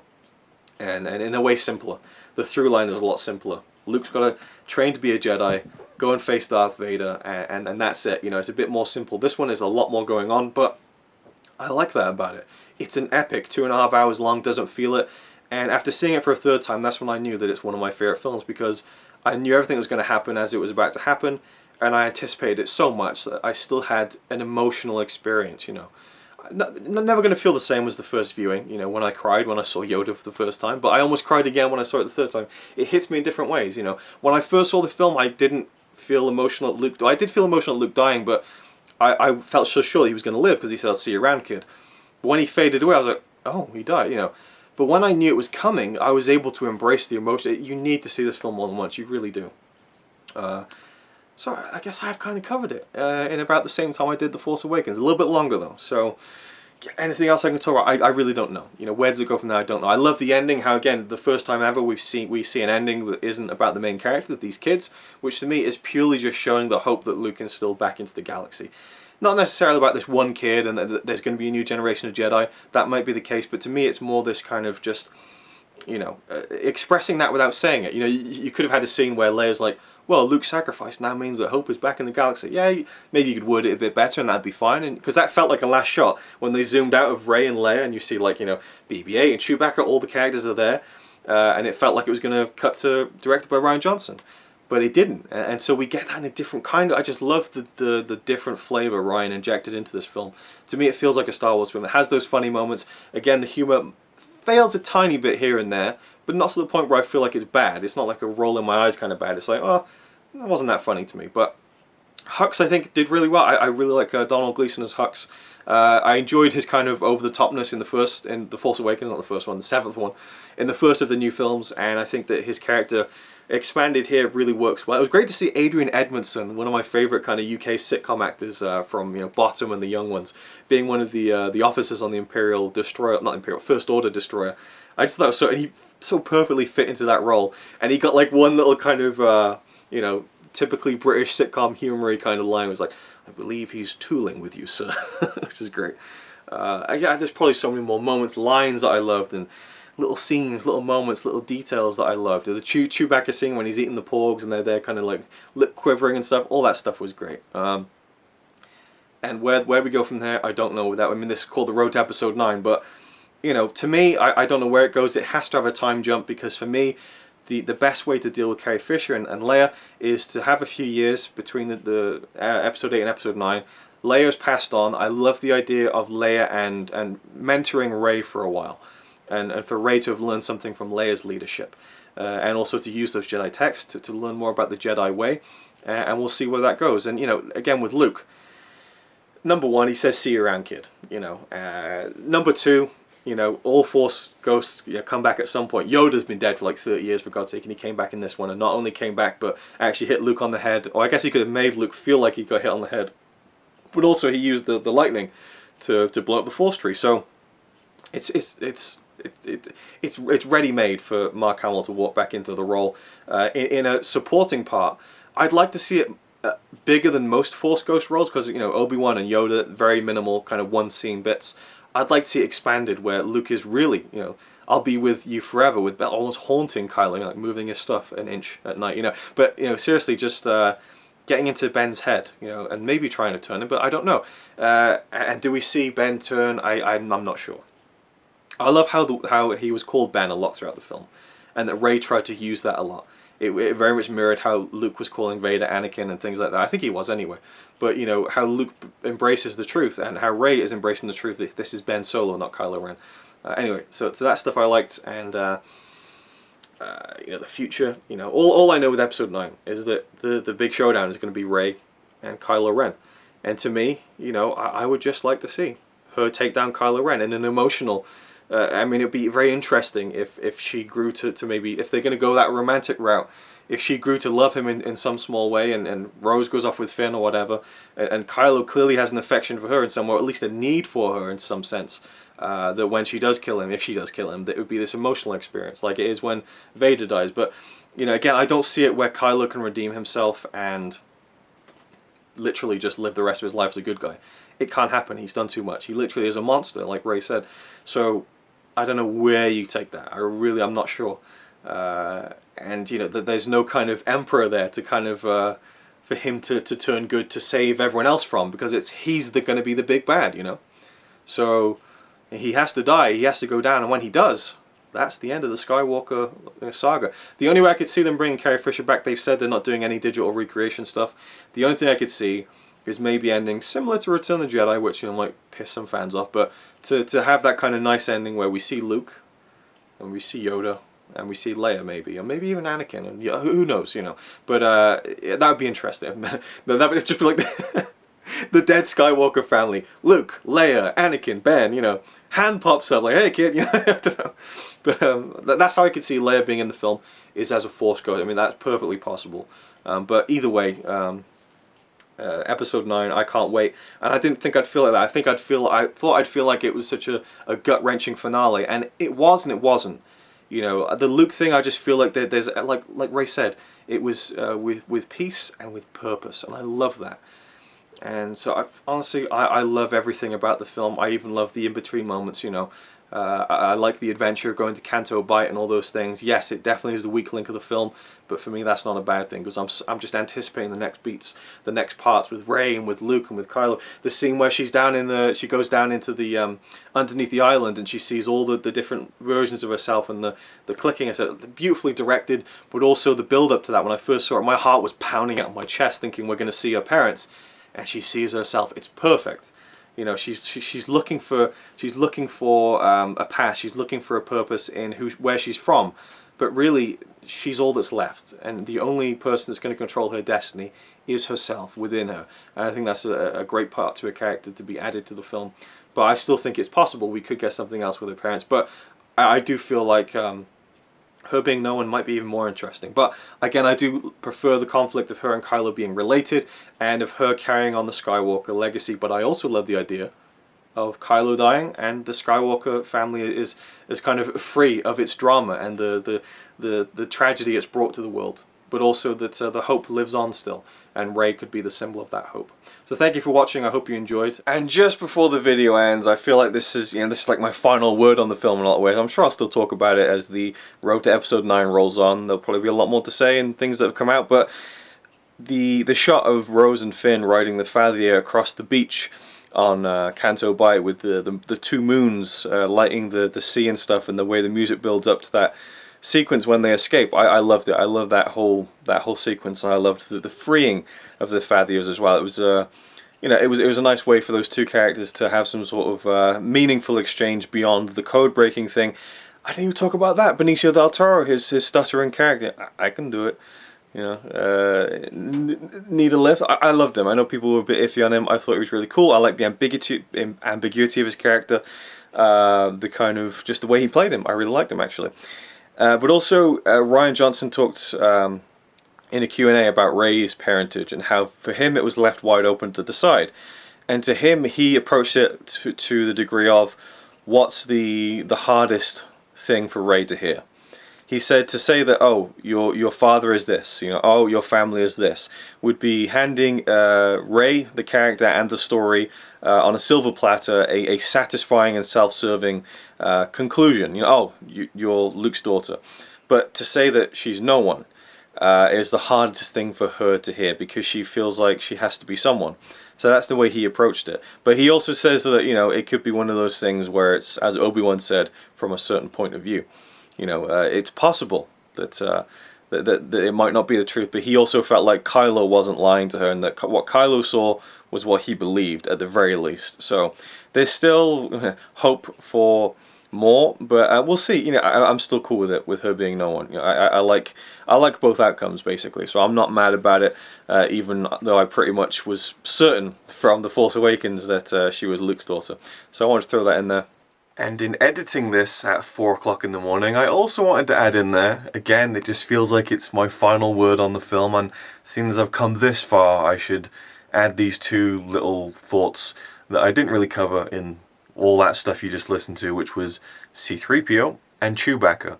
I love Chewie in almost all of the films, really. I was a big fan of him in The Force Awakens. Obviously, he doesn't get a lot to do in this one, but I really like that he's still there and he's still a part of it. It feels like a character who's evergreen, who can always be a part of this series, and has been passed on to the actor who plays him now. I don't know how to pronounce his name, but he worked closely with Peter Mayhew, which I really like that he was involved in kind of mentoring him in how to act as Chewbacca. I think he does a great job. It feels like Chewbacca to me. It looks like Chewbacca.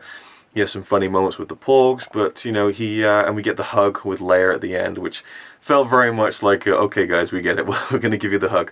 But it was nice to see. I mean, we see them hug in The Force Awakens, but the big thing about the end of The Force Awakens was, oh, she didn't hug, or Chewbacca didn't hug Leia, which I never had a problem with, even though JJ had to kind of apologize for it in the audio commentary, which I thought was a bit, well, it didn't bother me. You know, I felt like Chewie was too busy helping Finn and being a good Wookiee, I guess, just a good friend. Anyway, so Chewbacca I liked in the film, and it kind of touched me a little bit when I asked Connie before we saw the film, what do you want to happen, what you don't want to happen? She said, I don't want Chewie to die, number one. I was like, wow, really? You really care that much? And she's like, yeah, he's all that's left of Han. And I was like, oh, I thought it was really sweet. And C-3PO. You know, never been my favourite character, but I've always liked 3PO, especially in the original trilogy. And the humour with him is definitely high in Empire, you know, and to a degree or so of the Jedi. But in the prequels, it just gets a little bit too much of me. Oh, this is such a drag. I'm quite beside myself, just, you know. I liked how he was used in The Force Awakens, even more so here. In Last Jedi, C-3PO feels like he's the butt of his own joke, which I think works perfectly for the character at this point in time. You know, he gets to say, oh, the odds are 3,400, and Poe's just like, shut up. And he lets it get in 2-1. And of course, the aforementioned wipe that nervous expression off your face was a nice little moment between Leia and 3PO. So there we go. That's pretty much it. On with the final bit of the video that I filmed like 6 hours ago. And I don't often say this, because even as a big Star Wars fan, I find it kind of corny. Sorry to say it, but I'll say it in this instance, because for me, this is one of my favourite Star Wars films, one of the best movie-going experiences of my life, one of my new favourite films of all time. So I hope you enjoyed my thoughts on it, my extended thoughts on it, and may the Force be with you.